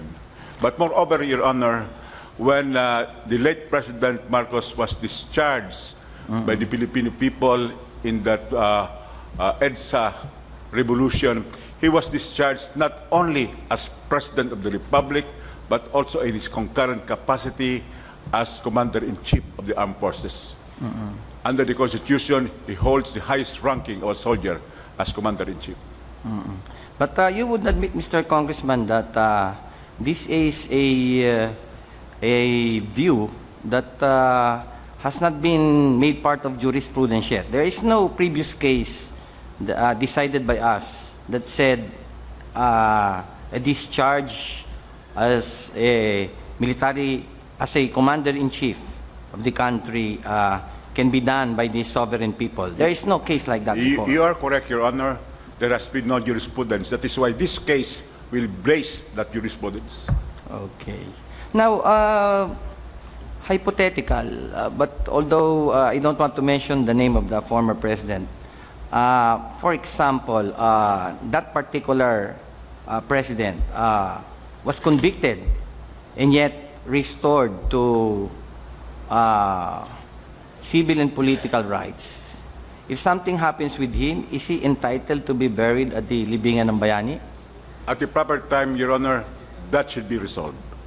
You cannot advance your view yet, right? Now, under the AFP regulation, if we apply it strictly, the former president can be buried as authorized under item number 2 of the regulation. It's very explicit there that the presidents or commanders-in-chief can be buried or interred in the libingan ng mga bayani, correct? Well, yes, Your Honor, but we have to read the entire regulation in its entirety because Yes. there are exceptions, those who are disqualified from being buried in the libingan, and that would include the late President Marcos because of his ouster by not only a military tribunal, but the sovereign act of the Filipino nation. Okay, so that's your view. Anyway, Justice Kagiwa made mention of a presidential decree number 105. Have you read it already? The one that was distributed earlier, Your Honor? Yeah. Yes, Your Honor. And do you submit, do you contend that this can be a basis for denying the burial of the late president, the former president? Yes, Your Honor, because we contend that the burial of the late president in the libingan ng mga bayani will desecrate this solemn and sacred ground. So the mere fact that he was a former dictator and the fact that he will be buried there will desecrate or defile the national shrine there. Not only the fact that he has been a dictator, Your Honor, but the fact that both foreign and decisions of this honorable court has recognized his acts of atrocities during martial law as well as the acts of plunder, and no less also than the political departments, the executive and the legislative, had already validated such cardinal sins when Republic Act 10368 was enacted into law. The presidential decree is quite clear as to what particular acts can be considered in desecration of the national shrine, like the act of digging, excavating, defacing, causing unnecessary noise, or committing unbecoming acts. Is it your position that these acts covered by this presidential decree apply to the actual burial of the late president in Libingan ng Bayani? You want to interpret it that way? Your Honor, we would interpret it by an expansive construction that not only these mundane acts of digging and noises would desecrate the hallowed ground, but also a more sublime reason, that of the interment of a president who has committed cardinal sins against the Filipino people. That's all. Thank you, Mr. Congressman. Justice Carpio. Congressman Lagman, can you go back to the, I have a few questions. I can still take it. The EDSA revolution was a successful revolution, correct? Yes, Your Honor. So if the revolution is successful, the acts of the rebels in removing the head of state of the former regime is legitimate, valid, final, and binding, correct? Yes, Your Honor. So if President Marcos could not have come to this court after he was removed to question the validity of his removal, that there was no due process because he was removed without impeachment, he could not have done that, correct? His petitions could have been thrown outright Yes, by the because Supreme Court. the validity of the acts of the rebels will be determined by the law of the rebels at the time. Yes, Your Honor. It cannot be, we cannot look into the due process of the removal of Marcos after the revolution, because after the revolution, all the acts of the successful rebels are valid and binding and final, correct? Aside from that legal truism, Your Honor, there is the factual truism that 14 years of atrocities and plunder justified his ouster. In other words, counsel, in the AFP regulations, it says as those who have been dishonorably removed from office, separated from office, cannot be buried in the libingan. That the dishonorable separation of Marcos from office in 1986 cannot be questioned in this court anymore because that's final and binding as a matter of law, correct? Yes, Your Honor. Because if we open it up, we will judge that whether there was due process or not in accordance with the 1973 Constitution. And what will happen? We will have to declare void the Freedom Constitution and the 1987 Constitution, correct? Yes, Your Honor. So, the court cannot reopen what has been final. It's a fundamental principle that the revolutionary government, if it succeeds, all their acts in throwing out the old regime is valid, final, and binding on the courts, correct? Yes, Your Honor. So the dishonorable removal, separation of Marcos in 1986 from government service as a civilian president, as commander-in-chief, cannot be questioned anymore. We have to take that as a matter of law, correct? Yes, Your Honor. Thank you. Thank you, Your Honor. Congressman Lagman, kindly stay. I will just ask you. You listed Marcos versus Manglapus among your authorities. Yes, Your Honor. Marcos versus Manglapus involves what scenario?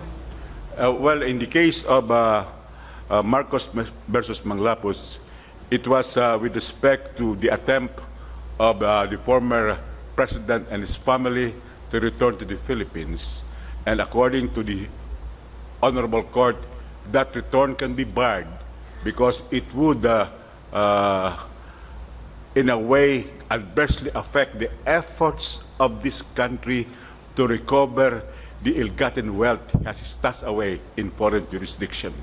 And this court even said that this could be subject, and it is subject to judicial notice. Do you have a copy of Marcos versus Manglapus? Can you start reading the paragraph that begins with, "This case is unique"? Do you have a copy of the decision? Yes, Your Honor, I am aware of that particular provision. Would any of your co-counsel have a copy of the decision? Start reading the paragraph so that we put into the record the fact that the court has already characterized the departure of former President Marcos. Yes, Your Honor. Congressman Lagman. Would you like me to read, Your Honor? Please. This case is unique. It should not create a precedent for the case of a dictator forced out of office and into exile after causing 20 years of political, economic, and social havoc in the country, and who, within the short space of 3 years, seeks to return, is in a class by itself. The decision showed that That's good enough. Thank you, Your Honor. Then, Afterwards, there are provisions there that recognize that after the departure of the former president, how was the country characterized by the court at the time? We start from the paragraph that says, we cannot lose sight of the fact that the country is only now beginning to recover. Your Honor, I will get a copy. I think your colleague has a copy. And please read that particular paragraph. Which paragraph, Your Honor, is this? We cannot also lose sight of the fact that the country is only now beginning to recover from the hardships brought about by the plunder of the economy attributed to the Marcoses and their close associates and relatives, many of whom are still here in the Philippines in a position to destabilize the country. I'll finish that so we save time. We cannot ignore the continually increasing burden imposed on the economy by the excessive foreign borrowing during the Marcos regime, which stifles and stagnates development, is one of the root causes of widespread poverty and all its attendant ills. The resulting precarious state of our economy is of common knowledge and easily within the ambit of judicial notice. Can this court, therefore, deny the fact or its legal conclusion that the people ousted him and forced him into exile after having made these statements?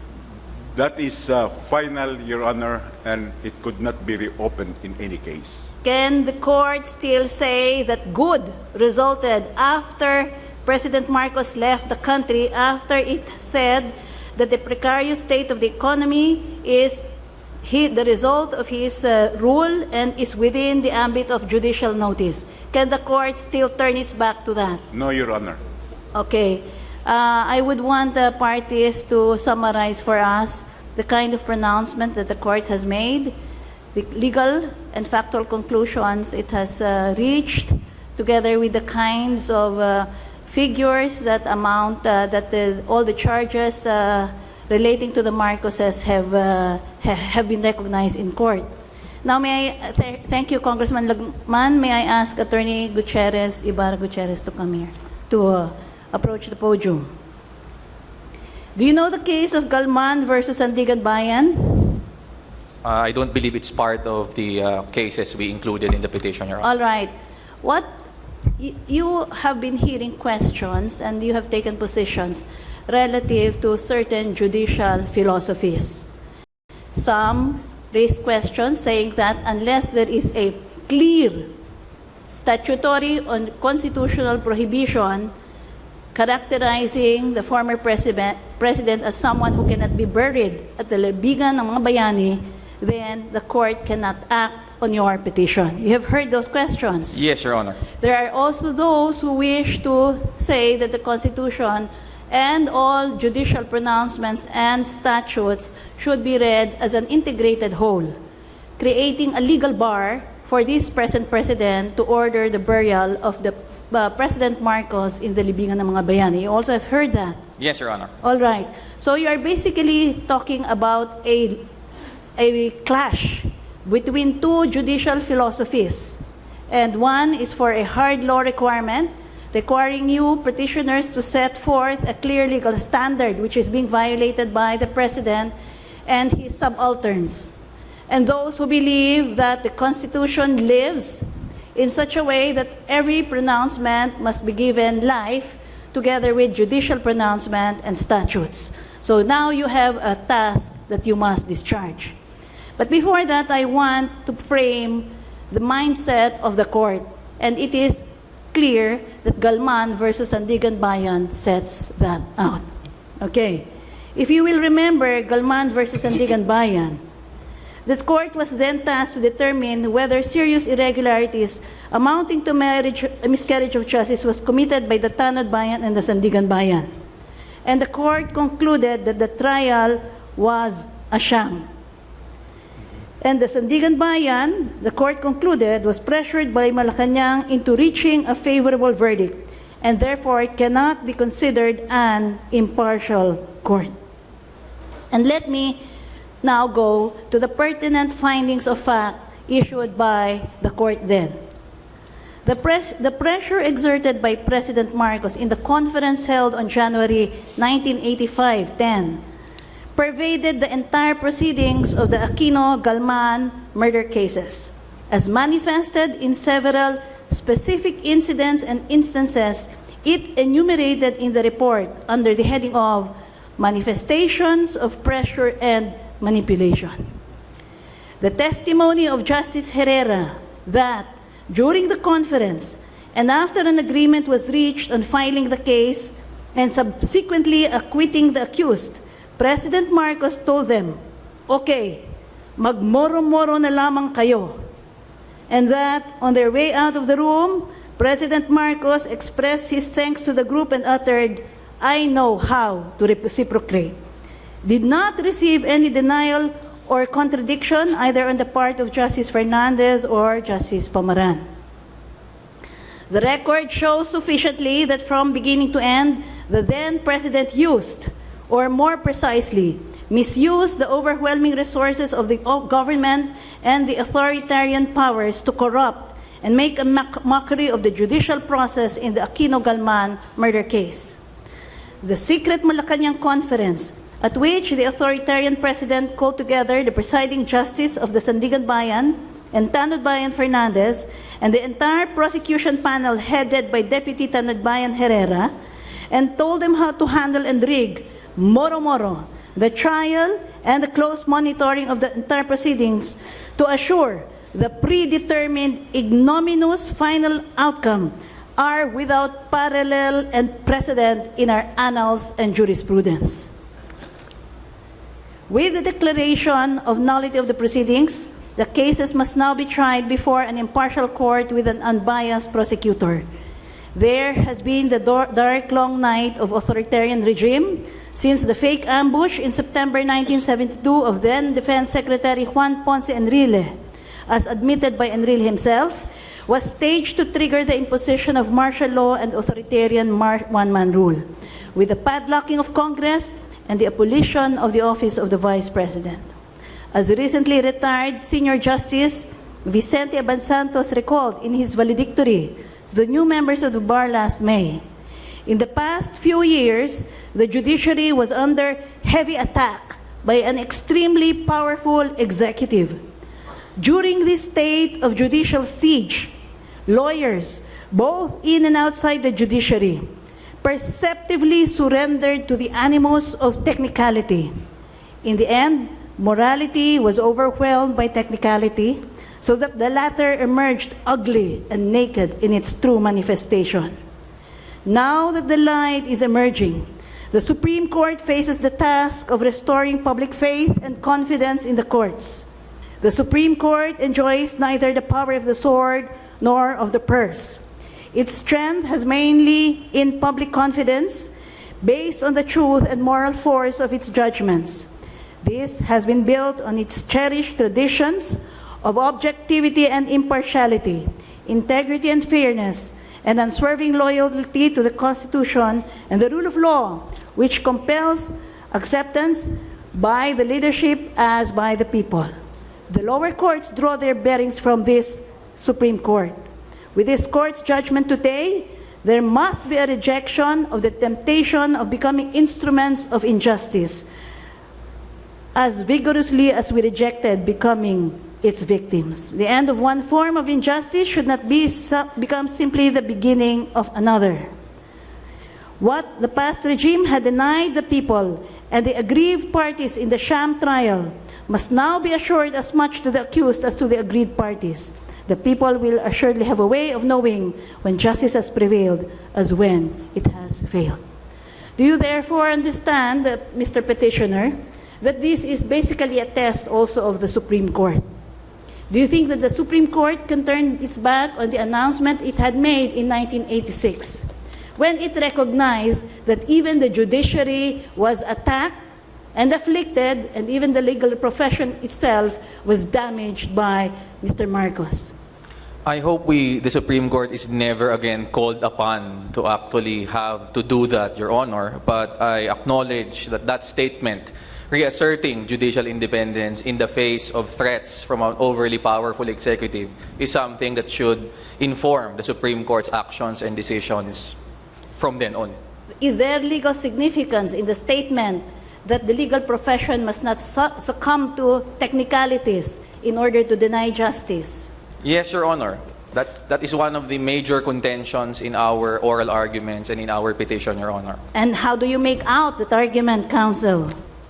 That in this particular case, we should not be bogged down by the literal reading of an AFP regulation, and instead take it in the full context of both our Constitution and the various laws which provide a historical indictment of Mr. Marcos, and zero in on the main issue here, that the proposed burial of Mr. Marcos at libingan ng mga bayani threatens to actually erase that constitutionally recognized, legislatively determined, and judicially sanctioned narrative of our history after the EDSA Revolution, Your Honor. Have you not found any stronger legal standard than the National Pantheon Act? As I discussed earlier, Your Honor, our specific contention on a law being violated by the executive here, Your Honor, is the law actually cited by the Solicitor General himself, which is the standard provided in the revised administrative code in cases where the President exercises the power to reserve public lands for a public purpose. Our contention, Your Honor, is that there is no legitimate public purpose that has been demonstrated here by the executive, precisely because honoring Mr. Marcos can never be a legitimate public purpose given the context of what the Constitution has already concluded and what numerous decisions of the Supreme Court. Have you spent enough time trying to understand RA 10368, counsel? Yes, Your Honor. We also included that in our arguments, Your Honor. To what extent is are your clients applicants to the Human Rights Compensation Board? My understanding, Your Honor, is that most of them are, considering that they are Who members among them are applicants or have filed claims with the Human Rights Compensation Board? I will just briefly check, Your Honor. So, almost all of them, Your Honor, I Okay, believe. can you please identify yourselves? Stand, please, and for the record, can you go to the podium and for the record, state your names? And I will ask the chair of the Human Rights Compensation Board to verify before this court whether they have in fact filed applications. Yes, please, come, approach the podium. Oh, okay. The bailiff will just guide you and give you the microphone. Your name, please. My name is Loretta. And for what human rights violations acts are you claiming reparation from the board? My name is Loretta Ann P. Rosales. I am a torture victim under the Marcos regime. I was sexually molested, and according to the latest Rape Act, I was actually raped. That is the definition. I had electric shock. I was suffered from Russian roulette, modified water cure, and several other ways of harassing me. So I'm a torture victim, and so I applied before the claims board compensation for the violations committed by the Marcos regime during my time. By Russian roulette, what is it, Ms. Rosales? They had a gun, and they threatened me to answer the questions, otherwise they would shoot. So that was a side war. So I said, if I give in to them, they'll shoot me, then they won't even, they won't be able to get confession from me because I'll be dead by then. So that was all side war. So I just kept on with my position, and they finally gave up. So they went into other methods of torture in order to try to draw a confession, exact confession from me. And the worst part, of course, was that sexual molestation and the electric shock and the modified water cure. How long did these incidents transpire? The entire duration, you don't have to count the number of days, etc. No, in fact, I don't know. I mean, it was just a continuing thing, like 24 hours continuing torture. There was no sleeping, there was no eating. It was just went on and on because until such time, because after the electric shock, I was traumatized, physically traumatized, so I couldn't control the tremor in my body, and they finally stopped. I pretended I was dying, but they knew I wasn't dying. So it was all psy-war all throughout. Anyway, after the electric shock, which was the worst part, that was the last part, they finally pushed me and put me somewhere, and I don't know how long that took. It must have been a continuing more than 24 hours, maybe 2 days of torture. Did they detain you for an extended period of time? For 1 month, because I happened to be the daughter of a military man. As a matter of fact, the first chief of the intelligence. It was G2 at the time, but of course he was dead by then. But that meant to say that my mother had connections to the military and to the government, and with that, she was able to find out where I was and work out for my release. And they decided to release me because I had 2 little children. That was their humane treatment, I mean, humane act of finally releasing me. But at that time, I had no way of redress of grievances, only until now, where we have the Republic Act 10368. The next one, please. Good afternoon, Your Honors. I am Nilda Lagman Sevilla, sister of Attorney Herman Lagman, a labor and human rights lawyer during martial law. He was forcibly disappeared on May 11, 1977. Under Republic Act 10353 or the Anti-Enforced Disappearance Act of 2012, a victim of enforced disappearance is a person disappeared or any person who suffers harm as a direct result of enforced disappearance. Therefore, my family is a secondary victim of enforced disappearance. The next one. Good afternoon. My name is Maria Cristina Verzola Rodriguez. I'm a claimant with the Human Rights Victims Claims Board. I was first arrested in 1974 when I was 20 years old, and I was tortured for 8 hours. I was undressed, I was beaten up, my parts of my skin were burnt by cigarette, and my fingers were swollen from bullet pressing, and I was also witness to the torture of about 20 others in that area in Camp Olivas and Camp Crame, 2 camps. In 1983, I was again arrested. Oh, by the way, in my first arrest, I filed a protest, and something in the military courts was started, and I never knew what happened to that. In 1983, I was again arrested, not tortured that time, but I was detained for 1 year under something called Presidential Commitment Order. That's it. Thank you. I'm Fe Buenaventura Mangajas. I was detained for being an activist professor in a university teaching history. When I was arrested, I was mentally harassed because I was kept alone in a room. And then, towards late evening, I was brought into a room with only military men and a huge, big light above me for interrogation. But before that, they brought me to the White House in Camp Crame for me to witness what's going on among the other detainees. And I could hear women screaming, and I could see women catatonic, and I could just guess what had gone before, and it really already scared me.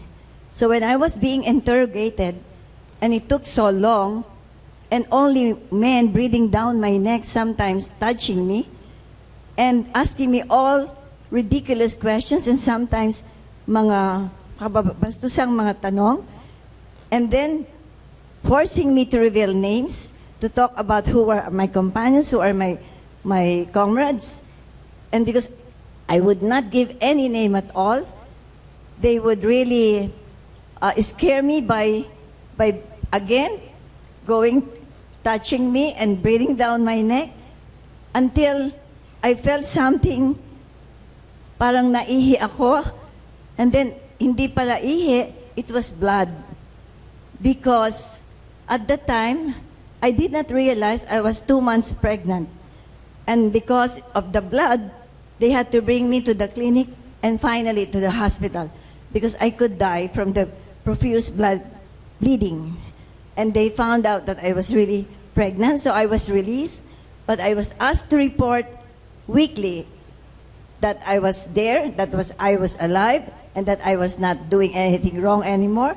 I have to do this for a whole year, every Saturday, to report my whereabouts to the military. I am Hilda Narciso. I was incarcerated in Davao City in 1983. It was a rape, multiple rape that I have undergone through my captors. I was placed in a safe house where the militaries are safe. And I was actually being sexually abused for about 2 days. It's quite difficult to be in the hands of the militaries because I was handcuffed, blindfolded, and actually they have masked all my body. And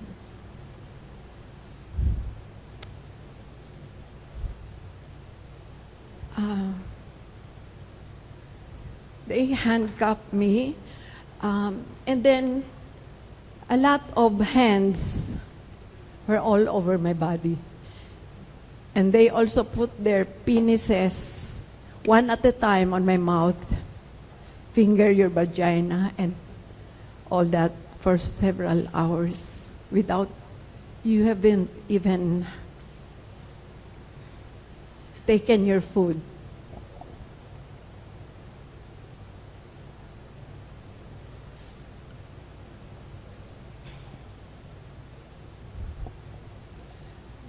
Actually, it was quite a long period of time under the safe house for about 2 days with all those kind of process that I have gone through.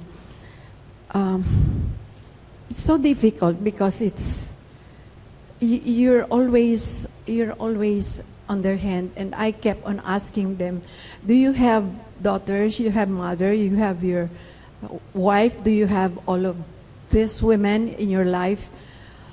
What if you did this to them? How would you feel? And they just answered me, well, then just don't show it to us, that's okay. I felt bad about it because they're doing this to a lot of women, which I knew they do this to a lot of women. And I'm just very lucky that I'm alive. A lot of us, a lot of women, after they sexually abused, were killed. And after that, I was put in jail for about 6 months. And the case that was given to me was conspiracy to commit rebellion. And the case was dropped for lack of evidence after 2 months. But still, I was in jail because of the PCO, Presidential Commitment Order, that only the President can release. And that on the time of President Marcos' birthday, we were released for humanitarian reason. And that was the reason why he kept us in jail. and there was more harassment after that. Thank you. I am Maria Cristina Pargas Bawagan. I am the sister of ETA. I was arrested May 27, 1981 in Muñoz, Nueva Ecija on charges of possession of subversive documents. There was no arrest order. I was simply arrested, handcuffed, and blindfolded. My mouth was gagged. Then they brought me to a safe house. And in the safe house, they started interrogating and torturing me. And they hit on my thighs until my thighs turned black and blue. And they also threatened me with so many things. They pinompiang ako, that's what they call, sa ears. And then they put a sharp object over my breasts, etc. They tore my dress. And then eventually, they let me lay down to sleep. But then early in the morning, the two soldiers who stayed near me started torturing me again. And by today's definition, it is rape. Because they fondled my breasts and they inserted a long object into my vagina. And although I screamed and screamed with all my might, no one seemed to hear except that I heard a train pass by. Now, the only reason that they stopped torturing me was because I heard one of the soldiers talking over his phone. You know, they had this radio. And one of the officers on the other end was asking him if my name was Celestina or Cristina. I had not given my name until then. But when he asked me what my name was, if it was Celestina or Cristina, I realized that my mother had already contacted her friends from the military. Actually, he was the Undersecretary of Defense at that time. And so I said, my name is Cristina. And then after that, my torturer, I was still blindfolded, asked me, what did they do to you? Because he came. And then I told him everything that they did, and I cried and I cried. And he said, who did this? And then I said, you did. Sa Tagalog, ikaw. Sabi niya, hindi, wala ako. Boses mo yan. Alam na alam ko ang boses mo. And I know my torturers. And although I told the camp commander who they were, he didn't pay attention. And even my camp commander tried his luck on me. But he didn't prosper. And then when my mother, finally, I was the judge, well, I was in solitary confinement for 5 days. And then eventually they were able to visit, but I was incarcerated for a month. And finally, when the judge said that I could go home after a hearing, my mother said, let us go back to Camp Olivas to get your clothes. So when we went back to Camp Olivas, they wanted to detain me again by virtue of a presidential order of commitment by the president. And I love my mother because she was so strong-willed, and she said, although we were there the whole day in the office of the camp commander, and she said, I have a hotline to Marcos, and if you want, I will call him this very minute.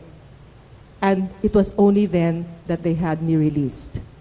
And going home, I said, Mama, do you have a hotline? And she said, no. But she was that courageous, and I love her.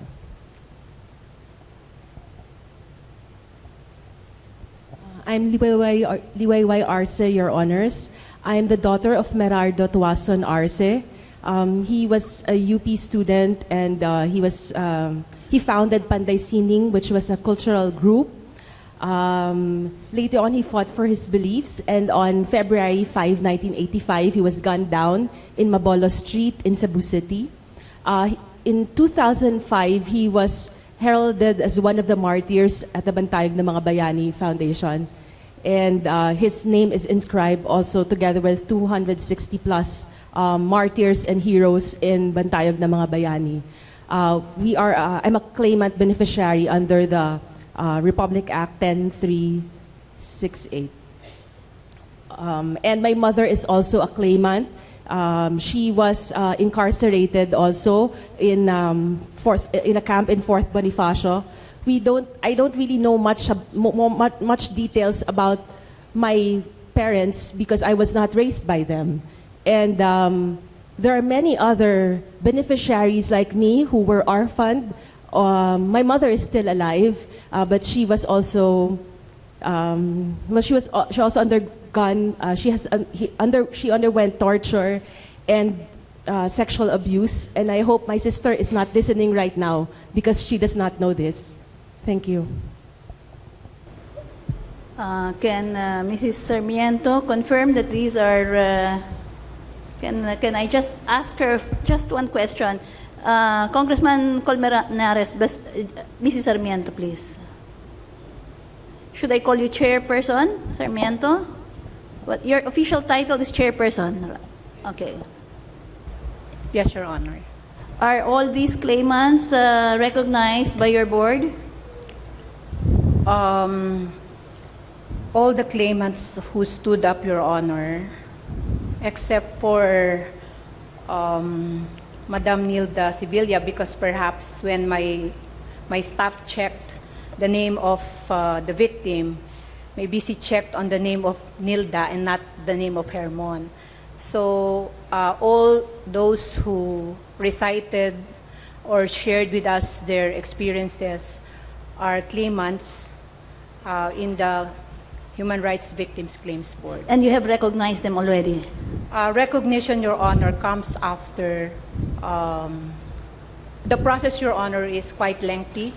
If with the indulgence of the Honorable Court, the first step is submission, the second step is evaluation by the Secretariat, the third step is adjudication by the 3 divisions of the board.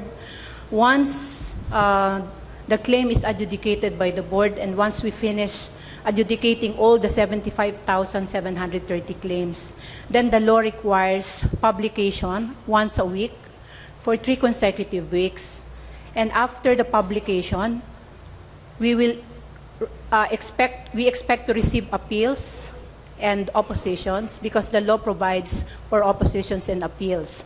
Appeals are within 10 days from receipt of the decision, and opposition within 15 days from the last publication.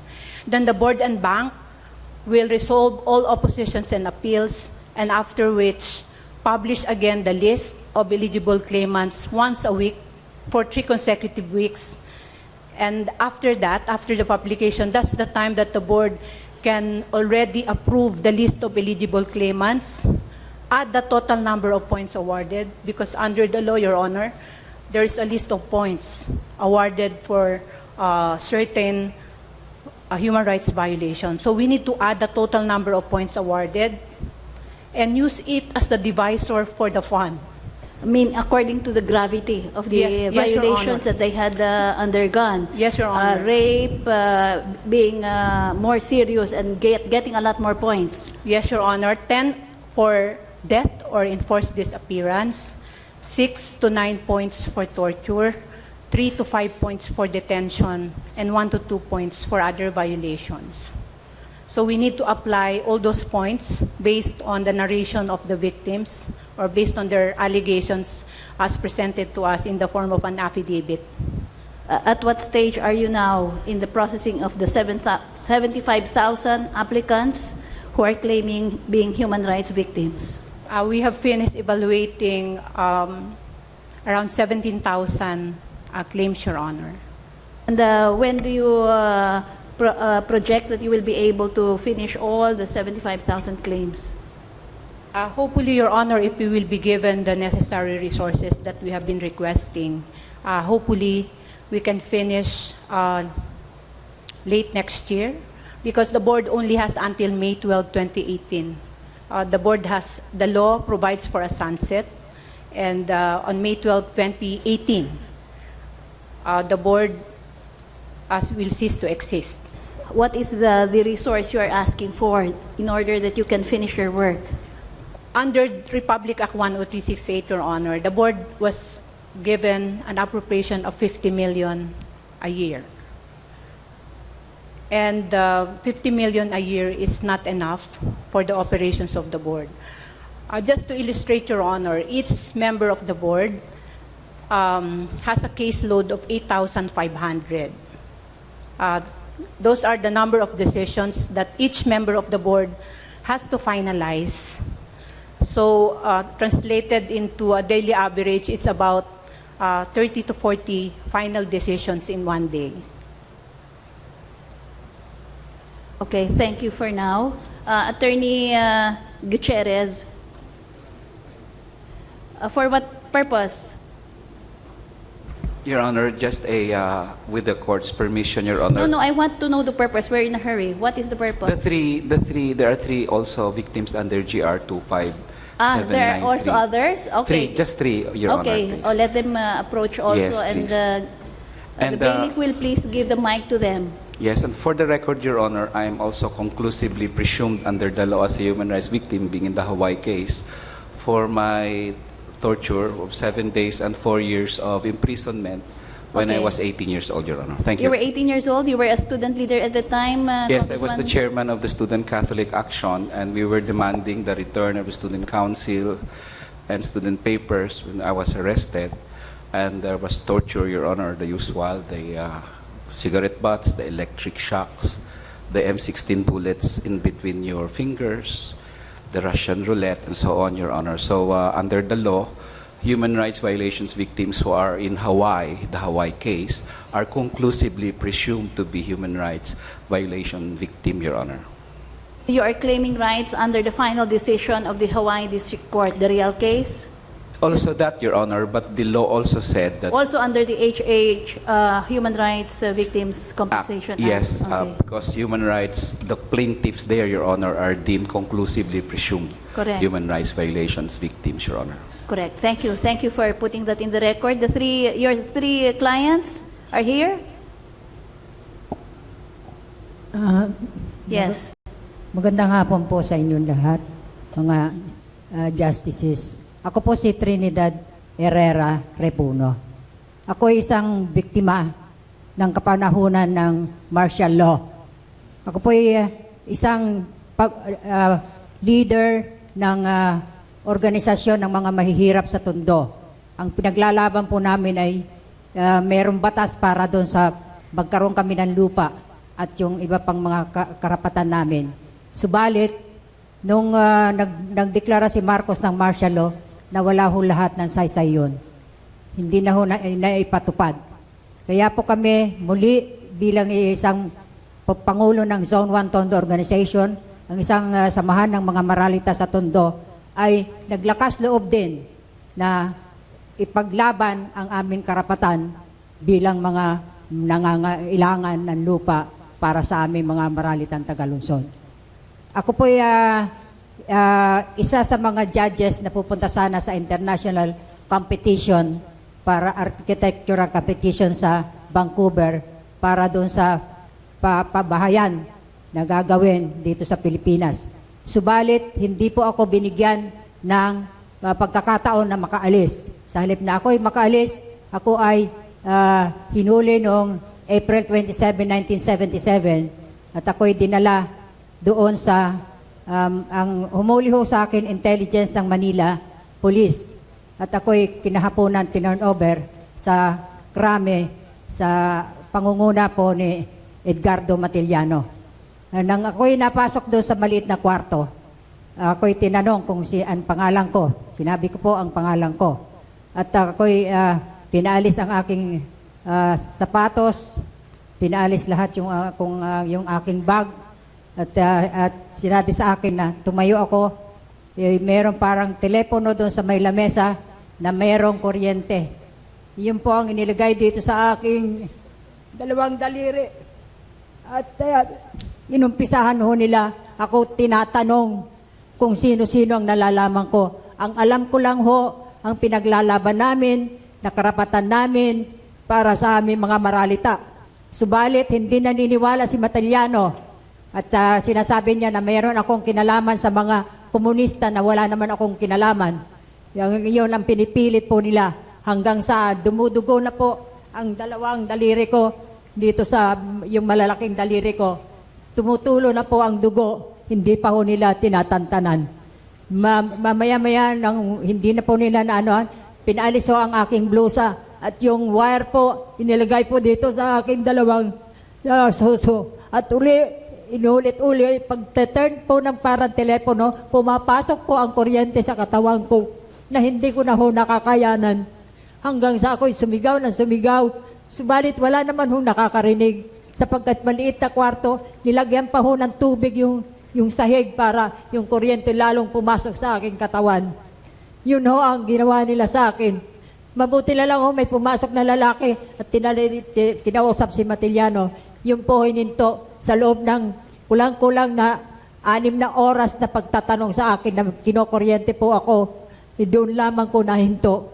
Pinalabas po ako doon at binigyan ako ng papel. Pinapipirma ako sa papel na blanco. Hindi po ako pumirma.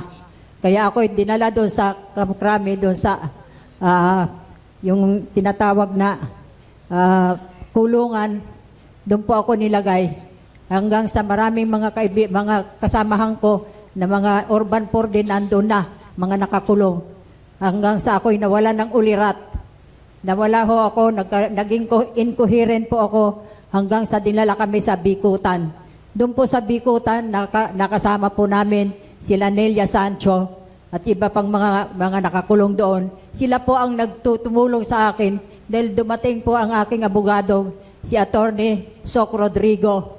At sinabi niya sa akin na ako daw ay laging paliguan para maalis yung kuryente sa katawan ko. Hanggang sa dumating ang siguro mga 2 linggo, 3 linggo, doon po ako nakarecover. At nasikaso po ni Attorney Soc Rodrigo na ako'y makalabas. Dahil meron hong sinabi na ho na ako'y lumabas na sapagkat internationally ang mga pare, ang mga madre, yung International Federation ng mga pare, nag-ano na kay Marcos na dapat i-release ako. At pati po ang Pangulo ng US na si Jimmy Carter ay tumulong din para ako'y ma-release. Pati yung international, mga iba pang international na mga samahan para ako'y maka-release. Na-release po ako, subalit nang hina po ako hanggang sa ngayon, nang ako'y medyo may edad na, nararamdaman ko na ho yung mga papahirap, yung pokpok dito sa likod ko, habang ako'y lagi po nilang pagkatapos ng pagpapaikot ng kuryente, pupukpukin ho ako dito sa likod. Sabi niya, pagpalakas daw yun, pero masakit na masakit po talaga. Hanggang sa ngayon, nararamdaman po namin.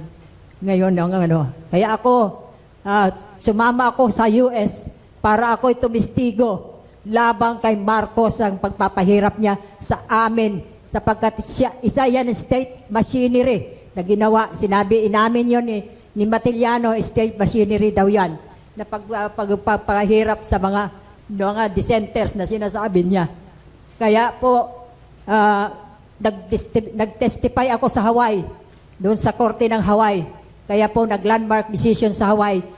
Tinawag si Marcos na human rights by po ako dito sa local, dito sa Human Rights Claims Board nung pang Mayo 2014 nang file po ako sapagkat nararamdaman ko na dapat ang yung mga kapinsalaan na inabot namin mga biktima ng kapanahonan ng martial law ay mabigyan ng recognition at yung kahit kailan kunting tulong para naman sa amin lahat. Maraming salamat po.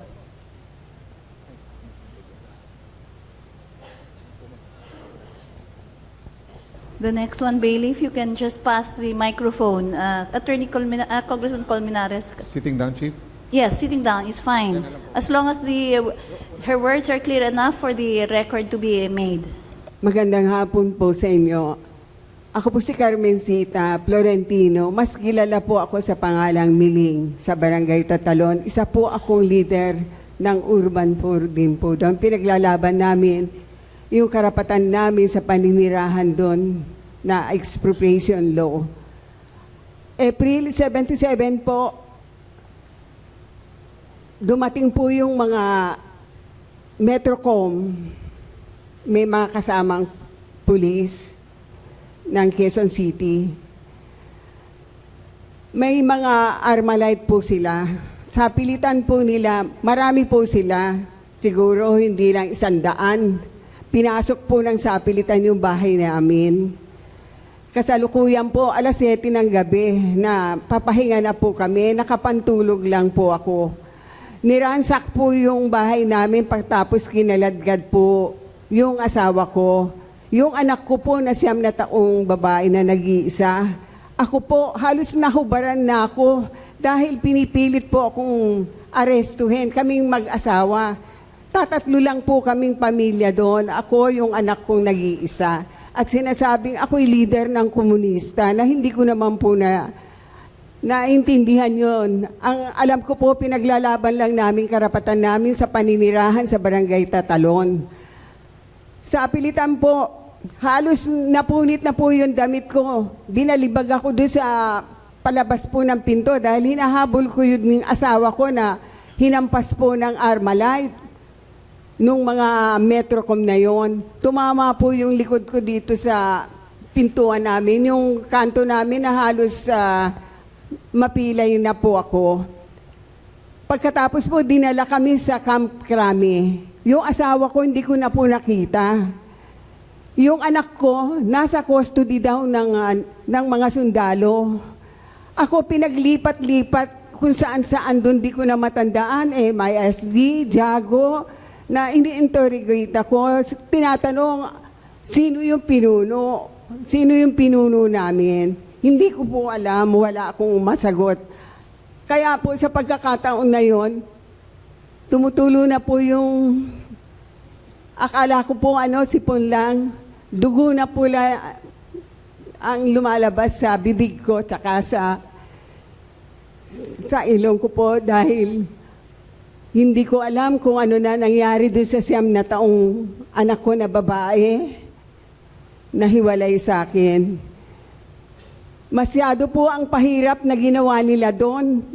Nakulang na lang na ma-rape ako. Inasa ko na lang po ang aking sarili sa Panginoong Diyos kung ano man ang mangyari sa akin. Tatanggapin ko na. Pero yung anak ko, yung babae, hindi ko siya makita.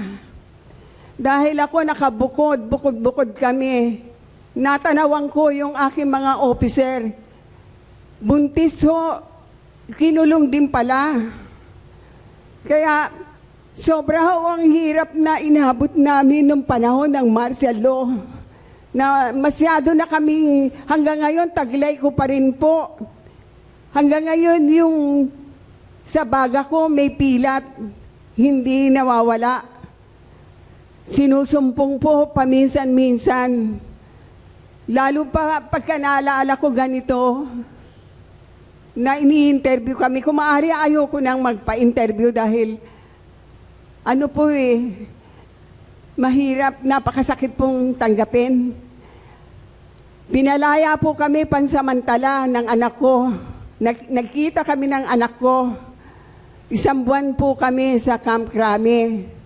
Pansamantala, pinalaya kaming mag-ina dahil sa humanitarian daw po.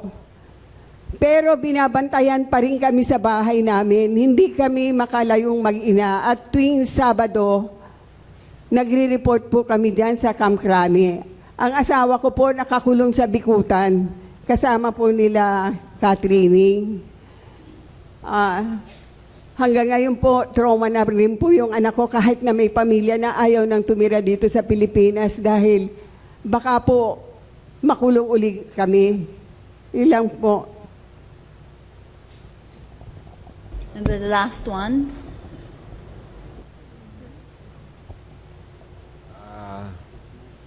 Magandang hapon po sa ating lahat. Felix Dalisay po, 64 years old. Sa apelitan po kung kinulong ng mga panahon ng martial law, sometime 73, 74. Almost, kung totalin po lahat ang pagkakakulong ko, hindi naman tuloy-tuloy, almost 3 years po.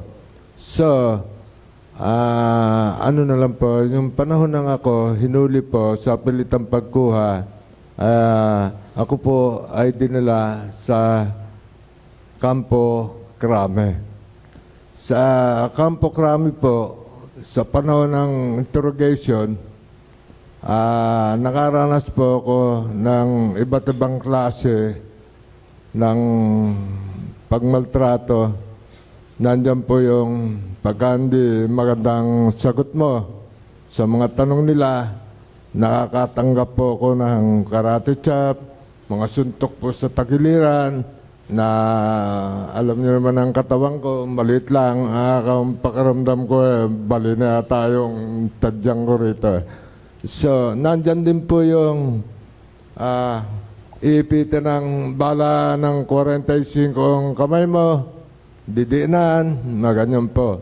Meron din pong mga suntok sa iba't ibang parte ng katawan. May pagkakataon po na minsan, natadyakan po kayo, tinadyakan po ako, bumagsak sa isang parting mabato, kaya hanggang ngayon po, may pilat po ako rito. Ang pinakamabigat po kasi, na nangyari sa akin sa panahon ng interrogation, kuminsan kasi kami pagka ni-interrogate, hindi na ho namin matiis sa mga sakit. So, nakapagsasalta kami ng mga taong nakasama namin. So, nung panahon po na yun, gabi noon, so, may mga nabingkat ako during interrogation ng mga tao na mga nakasama ko. So, nirate po namin yon. Sinamahan ko sila. Marahil, siguro, yung mga dati yung kasama, nabaltaan na huli na ako, nagtakbuhan na po siguro. So, wala kami inabot. Ang mabigat na party po nung galit na galit sa mga sundalo, ng 5th CSU po yun. Ang 5th CSU po, 5th Constabulary Security Unit. Pinaka notorious na torturer panahon ng Maxalo. Marami po yan. So, ang pinakamabigat po ron, kasi totoo po, ngayon, buti pa yung lalo victim, may mga counseling, pero kami po ang mga biktima. Hanggang ngayon po, wala pa kami natanggap. Maski justisya, mga counseling na yan, ay masakit sa amin. Ako po, nagiging emotional po ako. Hindi lang po sa sarili ko. Kasi nung panahon po, alam yan, ni Nachito Gascon, ni Ma'am Lina Sarmiento. Nandun po ako nung panahon ng mga filing. Marami po. Hindi lang yung sarili ko. Marami pa mga biktima po dyan, ma'am, na talagang maawa ka. Grabe po. Yung sa akin po, ang pinakamatindi po. Akala ko sa salvage na po ko. Dinala po ako sa isang madilim na lugar dyan sa Libis, Quezon City. Sa Eastwood, ng panahon pong yun, medyo gubatan po yun. Pinahihi kami. Sabi, nahihi ako. Nakarinig na lang po ako ng putok sa kaliwang bahagi ng tenga ko. Akala ko, patay na ako. Tapos, mga pompiang-pompiang po na yan. Pag sinabi pompiang, mga ganyan yan eh. Hanggang ngayon po, sa totoo po, humina po ang aking pandinig. Hindi naman ako tuluyang nabingi. Mahina po. Kaya pagka may tumatawag sa akin cellphone, sabi ko, pakitext mo na lang. Naulinigan ko ang boses niyo, pero hindi ko maintindihan. So, pakiusap lang sana. Sa totoo lang po, ma'am, dito, maaaring nagsasabing iba, forget about the past. Libing na natin yan dyan. sa amin po mga naging biktima, hindi po ganun kadali yan. Ang trauma po hanggang ngayon, dala-dala namin. Ting maalala namin, sinapit namin, naiyak kami. Nahawa kami sa sarili namin. Tapos ngayon, sasabihin nila, Parugata Batapas, paano kami mga naging biktima? Hanggang ngayon nga, wala pa nga kaming katarungan eh. Andyan nga, may 10 billion o yung mga claims board, mga naunayaman yan eh. Di ba nirecover natin yan? Tapos ngayon, sasabihin nila, Marcos is a hero. No, hindi po. Hindi po matapos. So, ang ganda lang po sana po, pagbigyan nyo kami. Dahil kami, sa pati na ang mga biktima, payagan mo ng Supreme Court na ilibingan dyan, hindi po kami titigil sa paglaban namin sapagkat kami nakaranas ng lupit na martial law hanggang habang buhay po namin dala yan. Salamat po. Thank you very much. And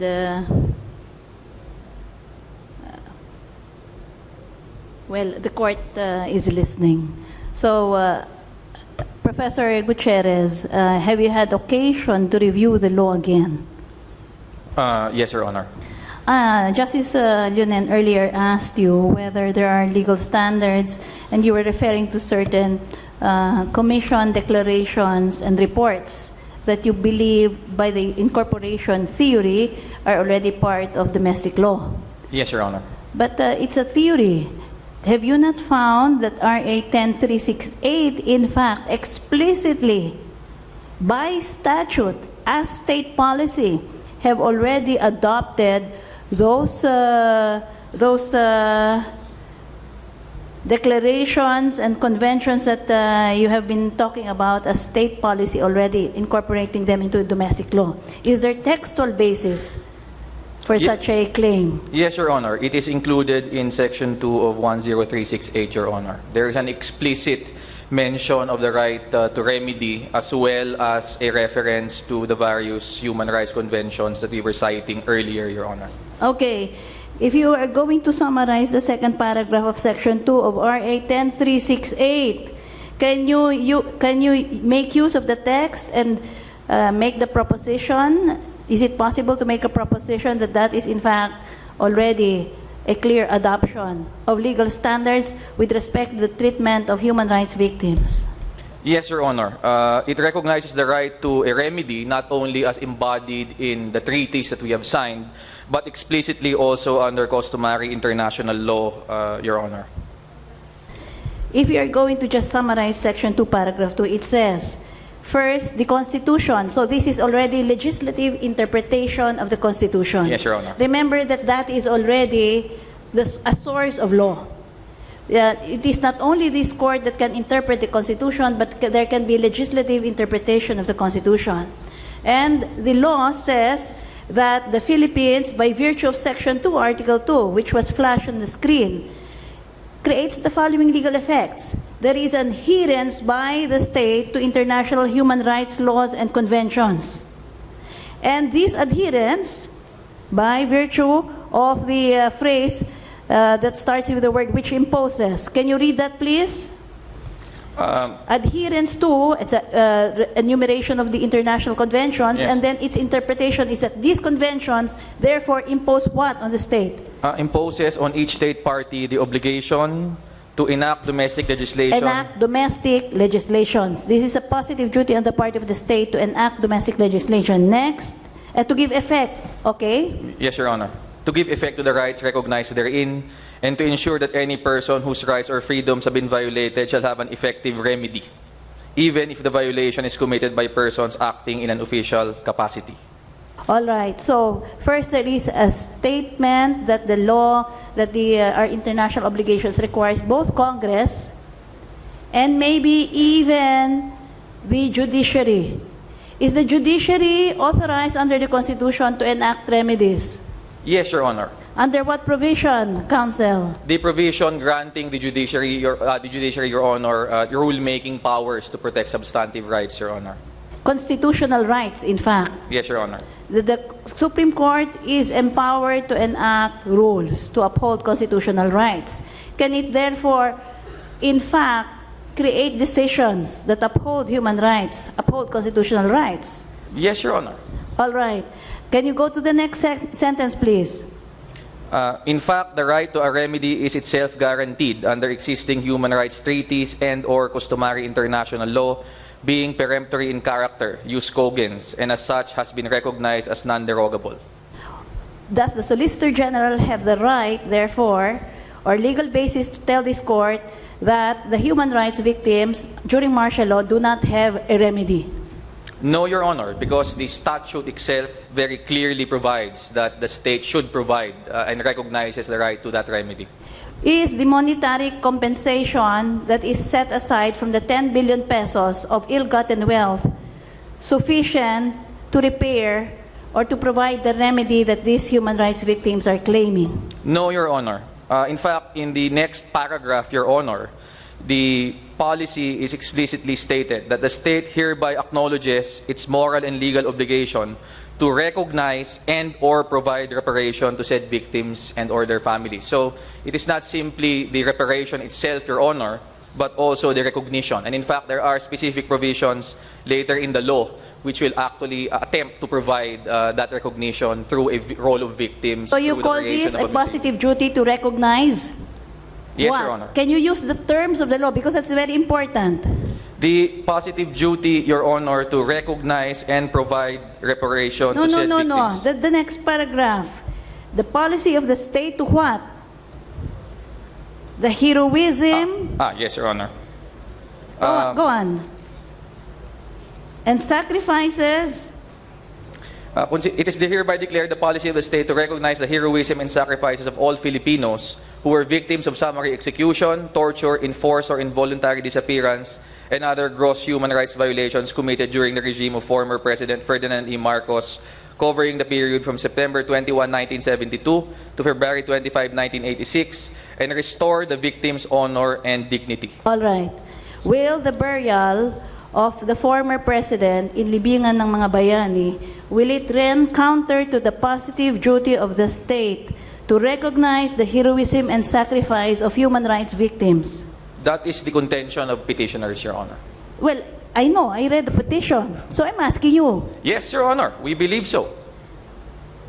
I think that it is fairly clear, Your Honor, in the law that that recognition of heroism and sacrifices of all Filipinos stated explicitly in There are 10368 two will be positive violated. acts required of the state in that paragraph. First is recognition of their heroism and sacrifice.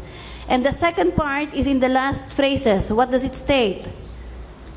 There is the restoration of victims' honor and dignity, Your Honor. Does the proposed burial of President Marcos restore the victims' honor and dignity? No, Your Honor, it does the complete opposite. Why? Can you give a legal proposition that can satisfy the court that the burial of President Marcos in libingan ng mga bayani does not restore the victims' honor and dignity? The legal burial of Ferdinand E. Marcos at the libingan ng mga bayani does not restore the victims' honor and dignity because it actually grants state honors to the person directly responsible for their suffering. So how can the state stand and say that the victim's honor and dignity is being restored when it is in fact doing the opposite in honoring their abuser and oppressor? The Solicitor General has said that the victims must be satisfied already with the monetary compensation. There is nothing in this particular law, Your Honor, which says that the restoration of victims' honor and dignity Is is limited money to monetary. equivalent to restoration of honor and dignity, counsel? It is not, Your Honor, by itself. But can damages under the civil law approximate their sufferings? It can to a certain extent, Your Honor, Will but it not completely. continue their suffering? The damages, Your Honor? Will it continue the suffering that they are going through right now? Yes, Your Honor, if Marcos is in fact So the buried money in the that libingan. may be claimed from the Human Rights Claims Board will not end the suffering. No, Your Honor, it will not. And then if money is given to them, but the President Marcos is buried at the libingan ng mga bayani, what happens to their suffering? It is prolonged, Your Honor, extended, and further aggravated, as can be very clear from the statements made by some of the petitioners this afternoon, Your Honor. Does the Human Rights Compensation Act attribute responsibility to President Marcos?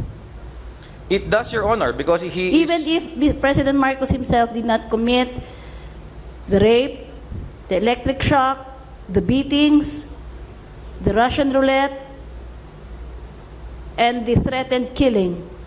Yes, Your Honor, considering that his name is specifically mentioned in connection with his regime, which is responsible for all the human What rights does Section 3 violations. provide, Counsel?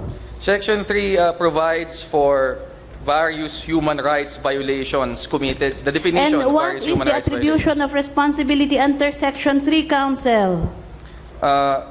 The attribution is specifically to former President Ferdinand E. Marcos, Your Honor, in relation to certain acts he In other committed. words, the acts of state agents or persons purporting to act under the state during that period covered by described in the act is attributed to President Marcos. Yes, Your Honor. In other words, they are considered as his agents. Yes, Your Honor. Okay. Can the Human Rights Compensation Board take judicial notice motu proprio of individual persons who suffered human rights violations? They can, Your Honor, under this law. In addition to the declaration of policy, what other acts has the state done in implementation of this Republic Act? Would you know? Well, it has specifically set aside the monies, Your Honor. Yes, I know that. In fact, we received already a summation of what has been happening. Is it all just about money? No, Your Honor. What is the act about?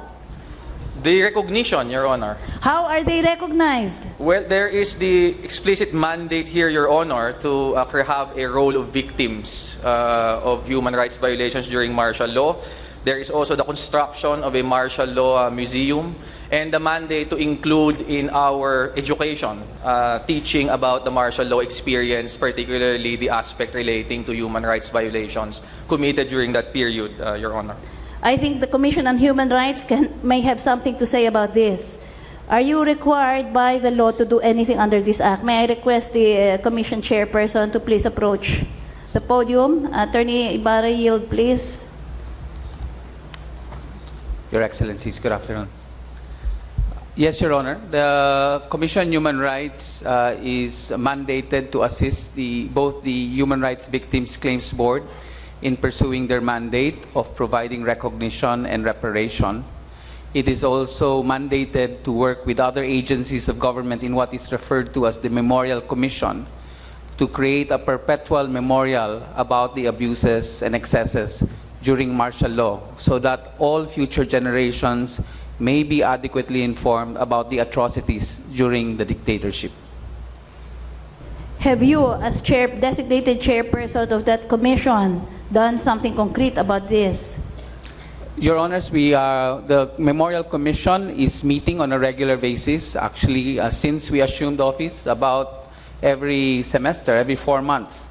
And we are currently in the process of determining a permanent site for the memorial.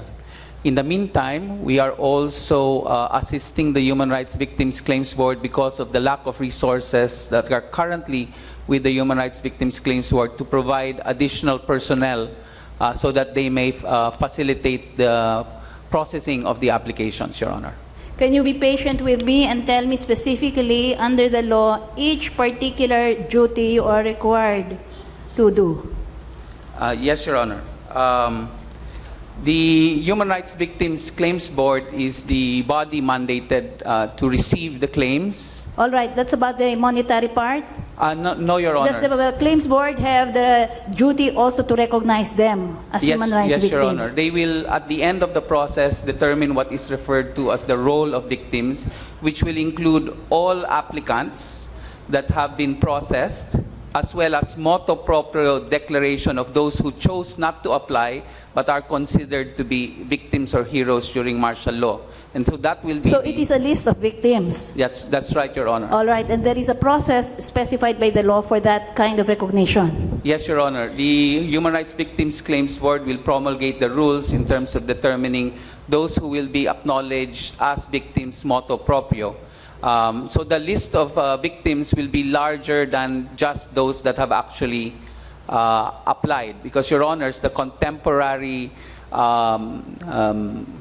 narration is that actually it's not just 7,730 victims that actually It's not suffered. It's not 75,000 claims. I thought it's 75,000. Those that had suffered actually was a larger number of victims, but only 75,000 had been given the opportunity to file a claim, which is why there is Because it is the filing of a claim is time-bound. That's right. In other words, for the monetary part, because there is a sunset clause for the board, it must be processed, and the mandate of the board ends on 2018. May 2018, Your For the Honor. monetary part. Yes, Your But the Honor. list of victims may expand more than those that they will be awarding reparations to. Because they have the authority to also declare victims motu proprio. Although Yes. those who are declared motu proprio are deemed to have waived the right to receive monetary reparations, Your Honor. Only those that have actually filed claims will be granted monetary reparations. But, Your Honor, that this highlights the important part about reparations in domestic and international law. Reparations are not just about payment of money. That is my point. Actually, I want you to explain this to me. Because one major defense of the respondent is that anyway, these human rights victims are going to be paid. So, can you explain this in light of the law? Yes, Your Honor. Actually, both in domestic and international law, reparations are a positive act that a state must undertake in order to prevent impunity for human rights violations. And therefore, reparations actually consists of a series of activities beyond the payment of money alone. It also includes acknowledgement, recognition, and a very key element, Your Honors, is what is referred to as an obligation for non-repetition.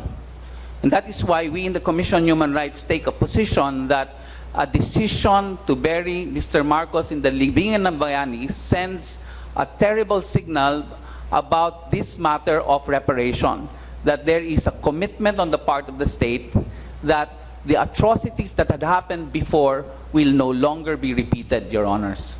In fact, the UN guidelines speak specifically of an attitude of reparation towards the victims. And there is a provision in Rule 6 of the UN Guiding Principles on providing reparations, which, as you have seen, is part of the law of the land, given Section 2 of the law. Rule 6 of the UN Guiding Principles specifically talks about treatment of victims, and there is a specific principle that says that the victims should not be exposed to re-traumatization of the atrocities that they had received. And as we can see, without a comprehensive program of reparation, which should include a decision about burial in the Libingan ng Bayani, what will happen is we will actually expose the victims to re-traumatization, which is prohibited under international law. Have you found any authority that to put at the inflictor of suffering in what is characterized by law as a hallowed and sacred place, the national shrine, because the Libingan ng mga Bayani has already been characterized as a national shrine by presidential proclamation and law. If the perpetrator of the complaint of act is placed in a national shrine, how do you relate that to re-traumatization and a violation of the positive duty on the part of the state to honor the dignity of the victims? Placing the perpetrator in a place of honor that the whole country will be able to see will in effect negate our acknowledgement of the fact that human rights violations had occurred and our acknowledgement of each of the victims in this case, Your Honor. So the fact that there will be a place of honor for the perpetrator creates a continuing offense on the part of the victims, Your Honors.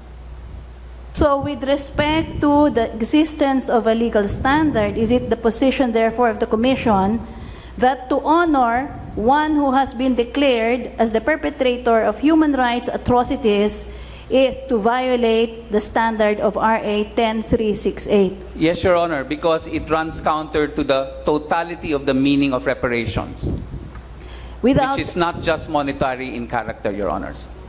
Can you refer us to any legal authority for your claim that in fact the honoring of the dictator, the late dictator, will be in fact re-traumatizing and be a violation of our clear legal obligation? Yes, Your Honor, we will, if you will allow us, we will submit a memorandum to that effect.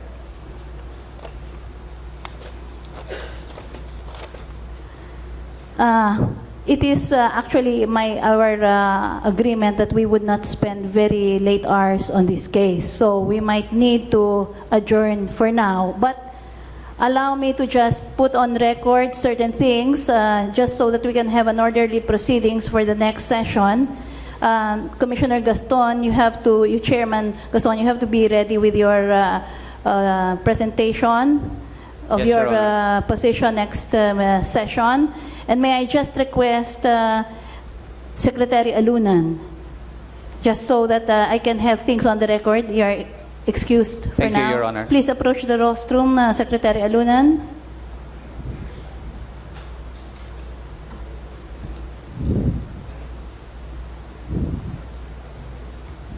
Good afternoon, Your Honor. Yes, in one of the decisions of the Supreme Court, they had recognized an agreement that had been reached between the President and the Marcos family. And you had claimed, the media had reported that you were instrumental for this agreement. Is that correct? Yes, Your Honor. On August 19, 1992, I signed a memorandum of understanding with former First Lady Imelda Marcos. And this was submitted to President Ramos. If you wish, I would like to read the contents. Yes, please read it into the record and leave a copy with the court. And do you have the original of that document? No, sir. No, ma'am. The original was submitted to President Ramos. Okay. What I have is a Xerox copy from his files. Can I request the Solicitor General to submit to the court for the next session the official version, the official copy that is with the files of the Office of the President? Mr. Solicitor General?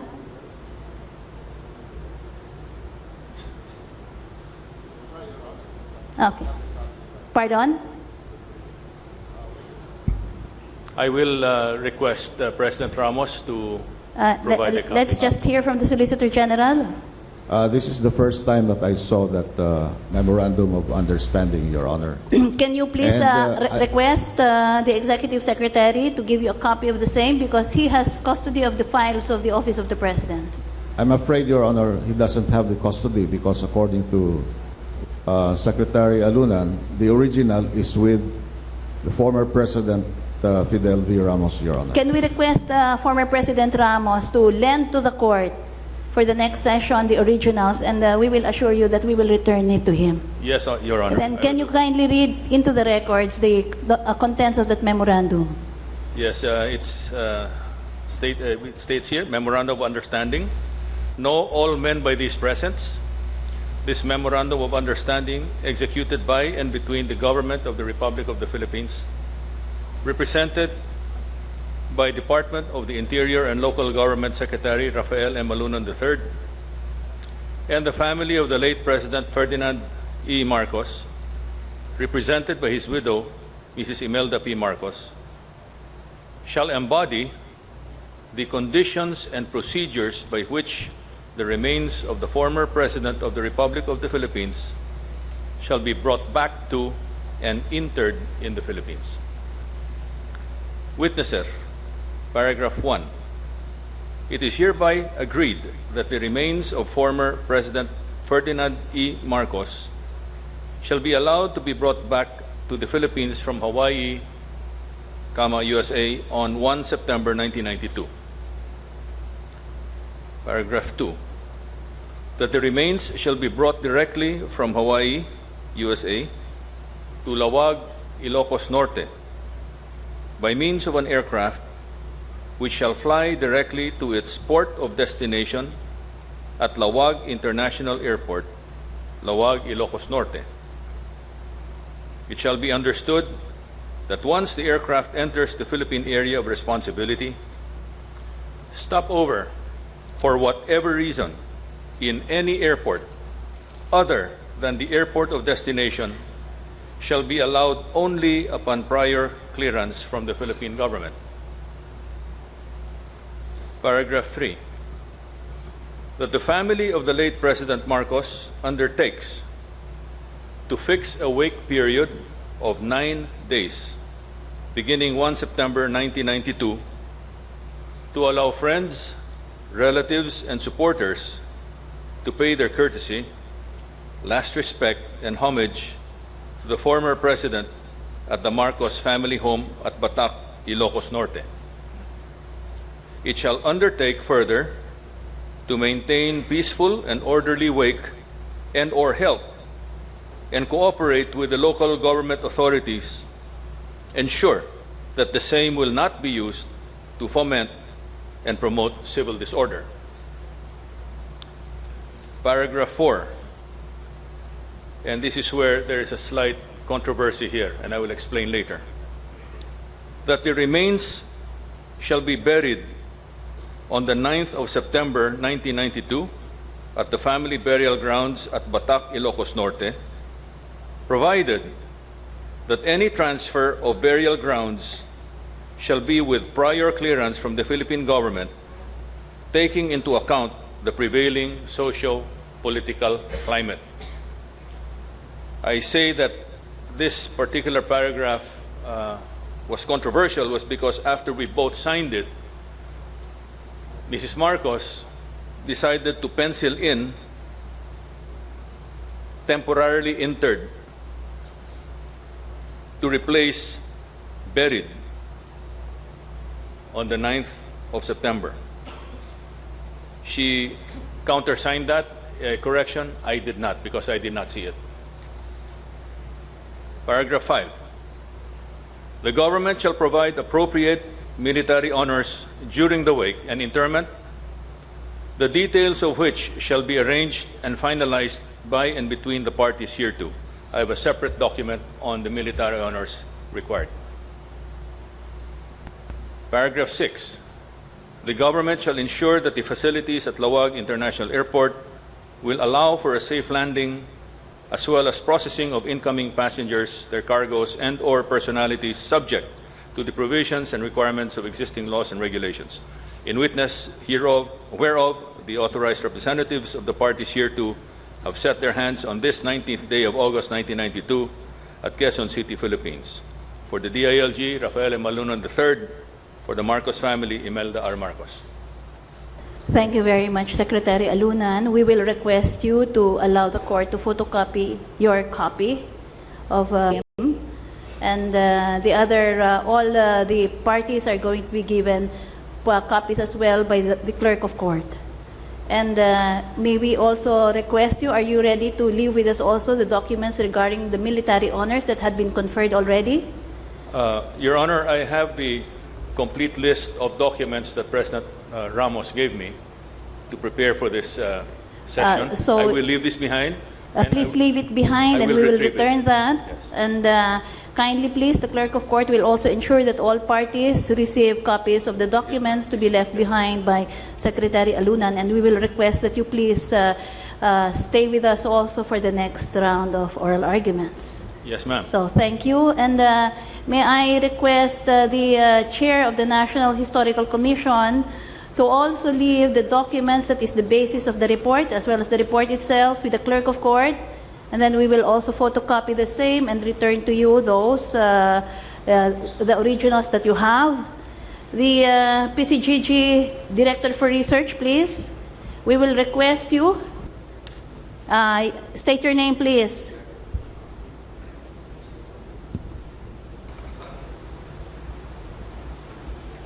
My name, ma'am, is Danilo R.V. Daniel.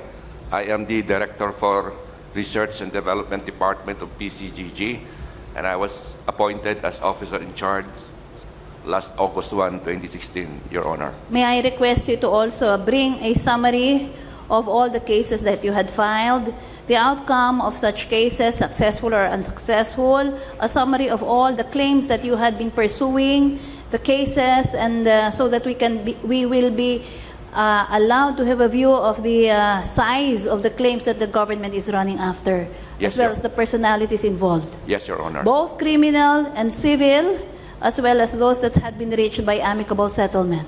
Yes, Your Honor. When can you give the court a copy of that kind of a report? Give me 7 days, ma'am. I will submit. Pardon? Give me 7 days, ma'am.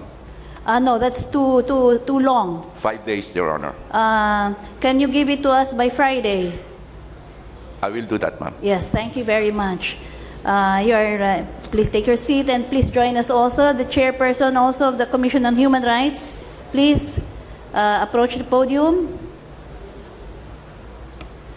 Can you also give us an update on all the actions that you had been taking in relation to RA 10386, as well as the position of the Commission on Human Rights, as well as the documents you might wish us to look at in order to understand, as well as the legal authorities you had been citing? Yes, Your Honor. The chairperson of the Human Rights Claims Board, Mrs. Sarmiento, General Sarmiento, please. May I ask you also to do that, to give us something that we can chew for the weekend. Can you submit to us something by Friday that will give us a reason to understand the work of the Human Rights Claims Board? Yes, Your Honor. As well as even the non-reparatory components. Yes, Your Honor. The Adjutant General is also requested to stand. General Sevilla, please.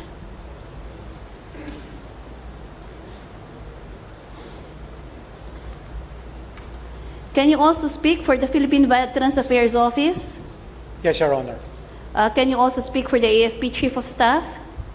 Yes, Your Honor. You can tell us the manner by which the regulations were arrived at, including its history? Yes, Your Honor.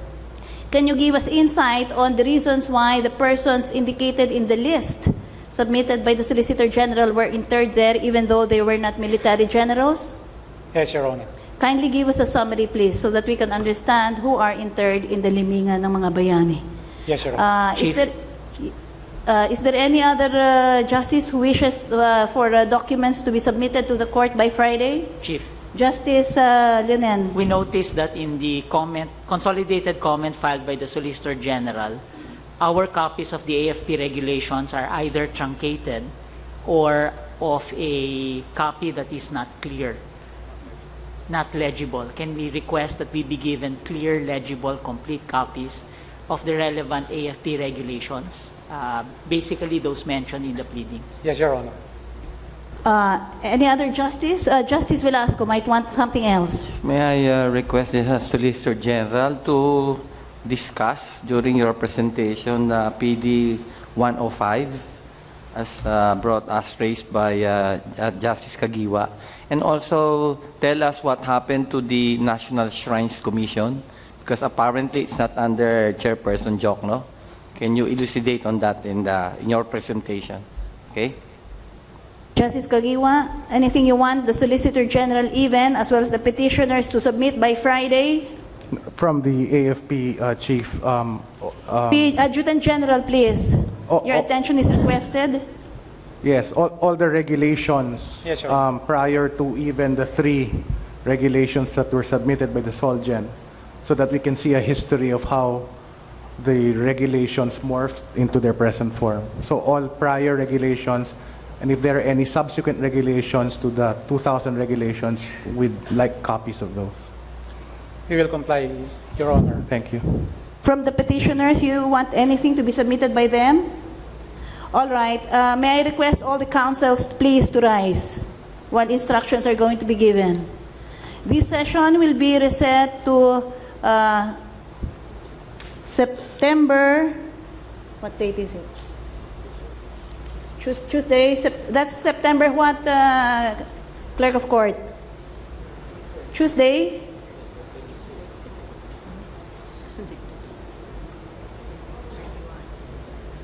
September 7? No, September 6. Pardon? I'm sorry. Okay, we will not hold it on Tuesday because we have an important design competition that will be announced. So Tuesday afternoon, we will not hold the oral arguments. We will hold it Wednesday. What time did we agree? 10 also, 10 a.m. And counsels for petitioner are required to, are requested to prepare for the continuation of the interpellations, and then hopefully we will immediately proceed to the counsel for respondents, both public and private respondents. All those to whom instructions have been given, the Adjutant General and our resource persons are requested to please submit all of these by 3 p.m. Friday. The Clerk of Court is requested, of this week, the Clerk of Court is requested to please photocopy and provide copies for the justices. And then please, I know this is quite expensive, but please make copies available to, how many copies do we need? Can the petitioners share just one copy and you photocopy among yourselves?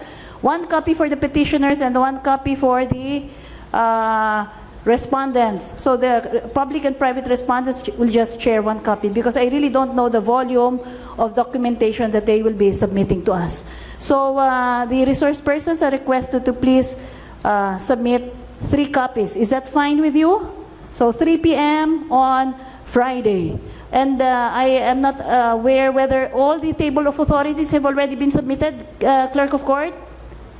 All the parties have already submitted their table of authorities? There is no late submission that you're going to submit anymore? Your PowerPoint presentations and everything, please comply with the instructions.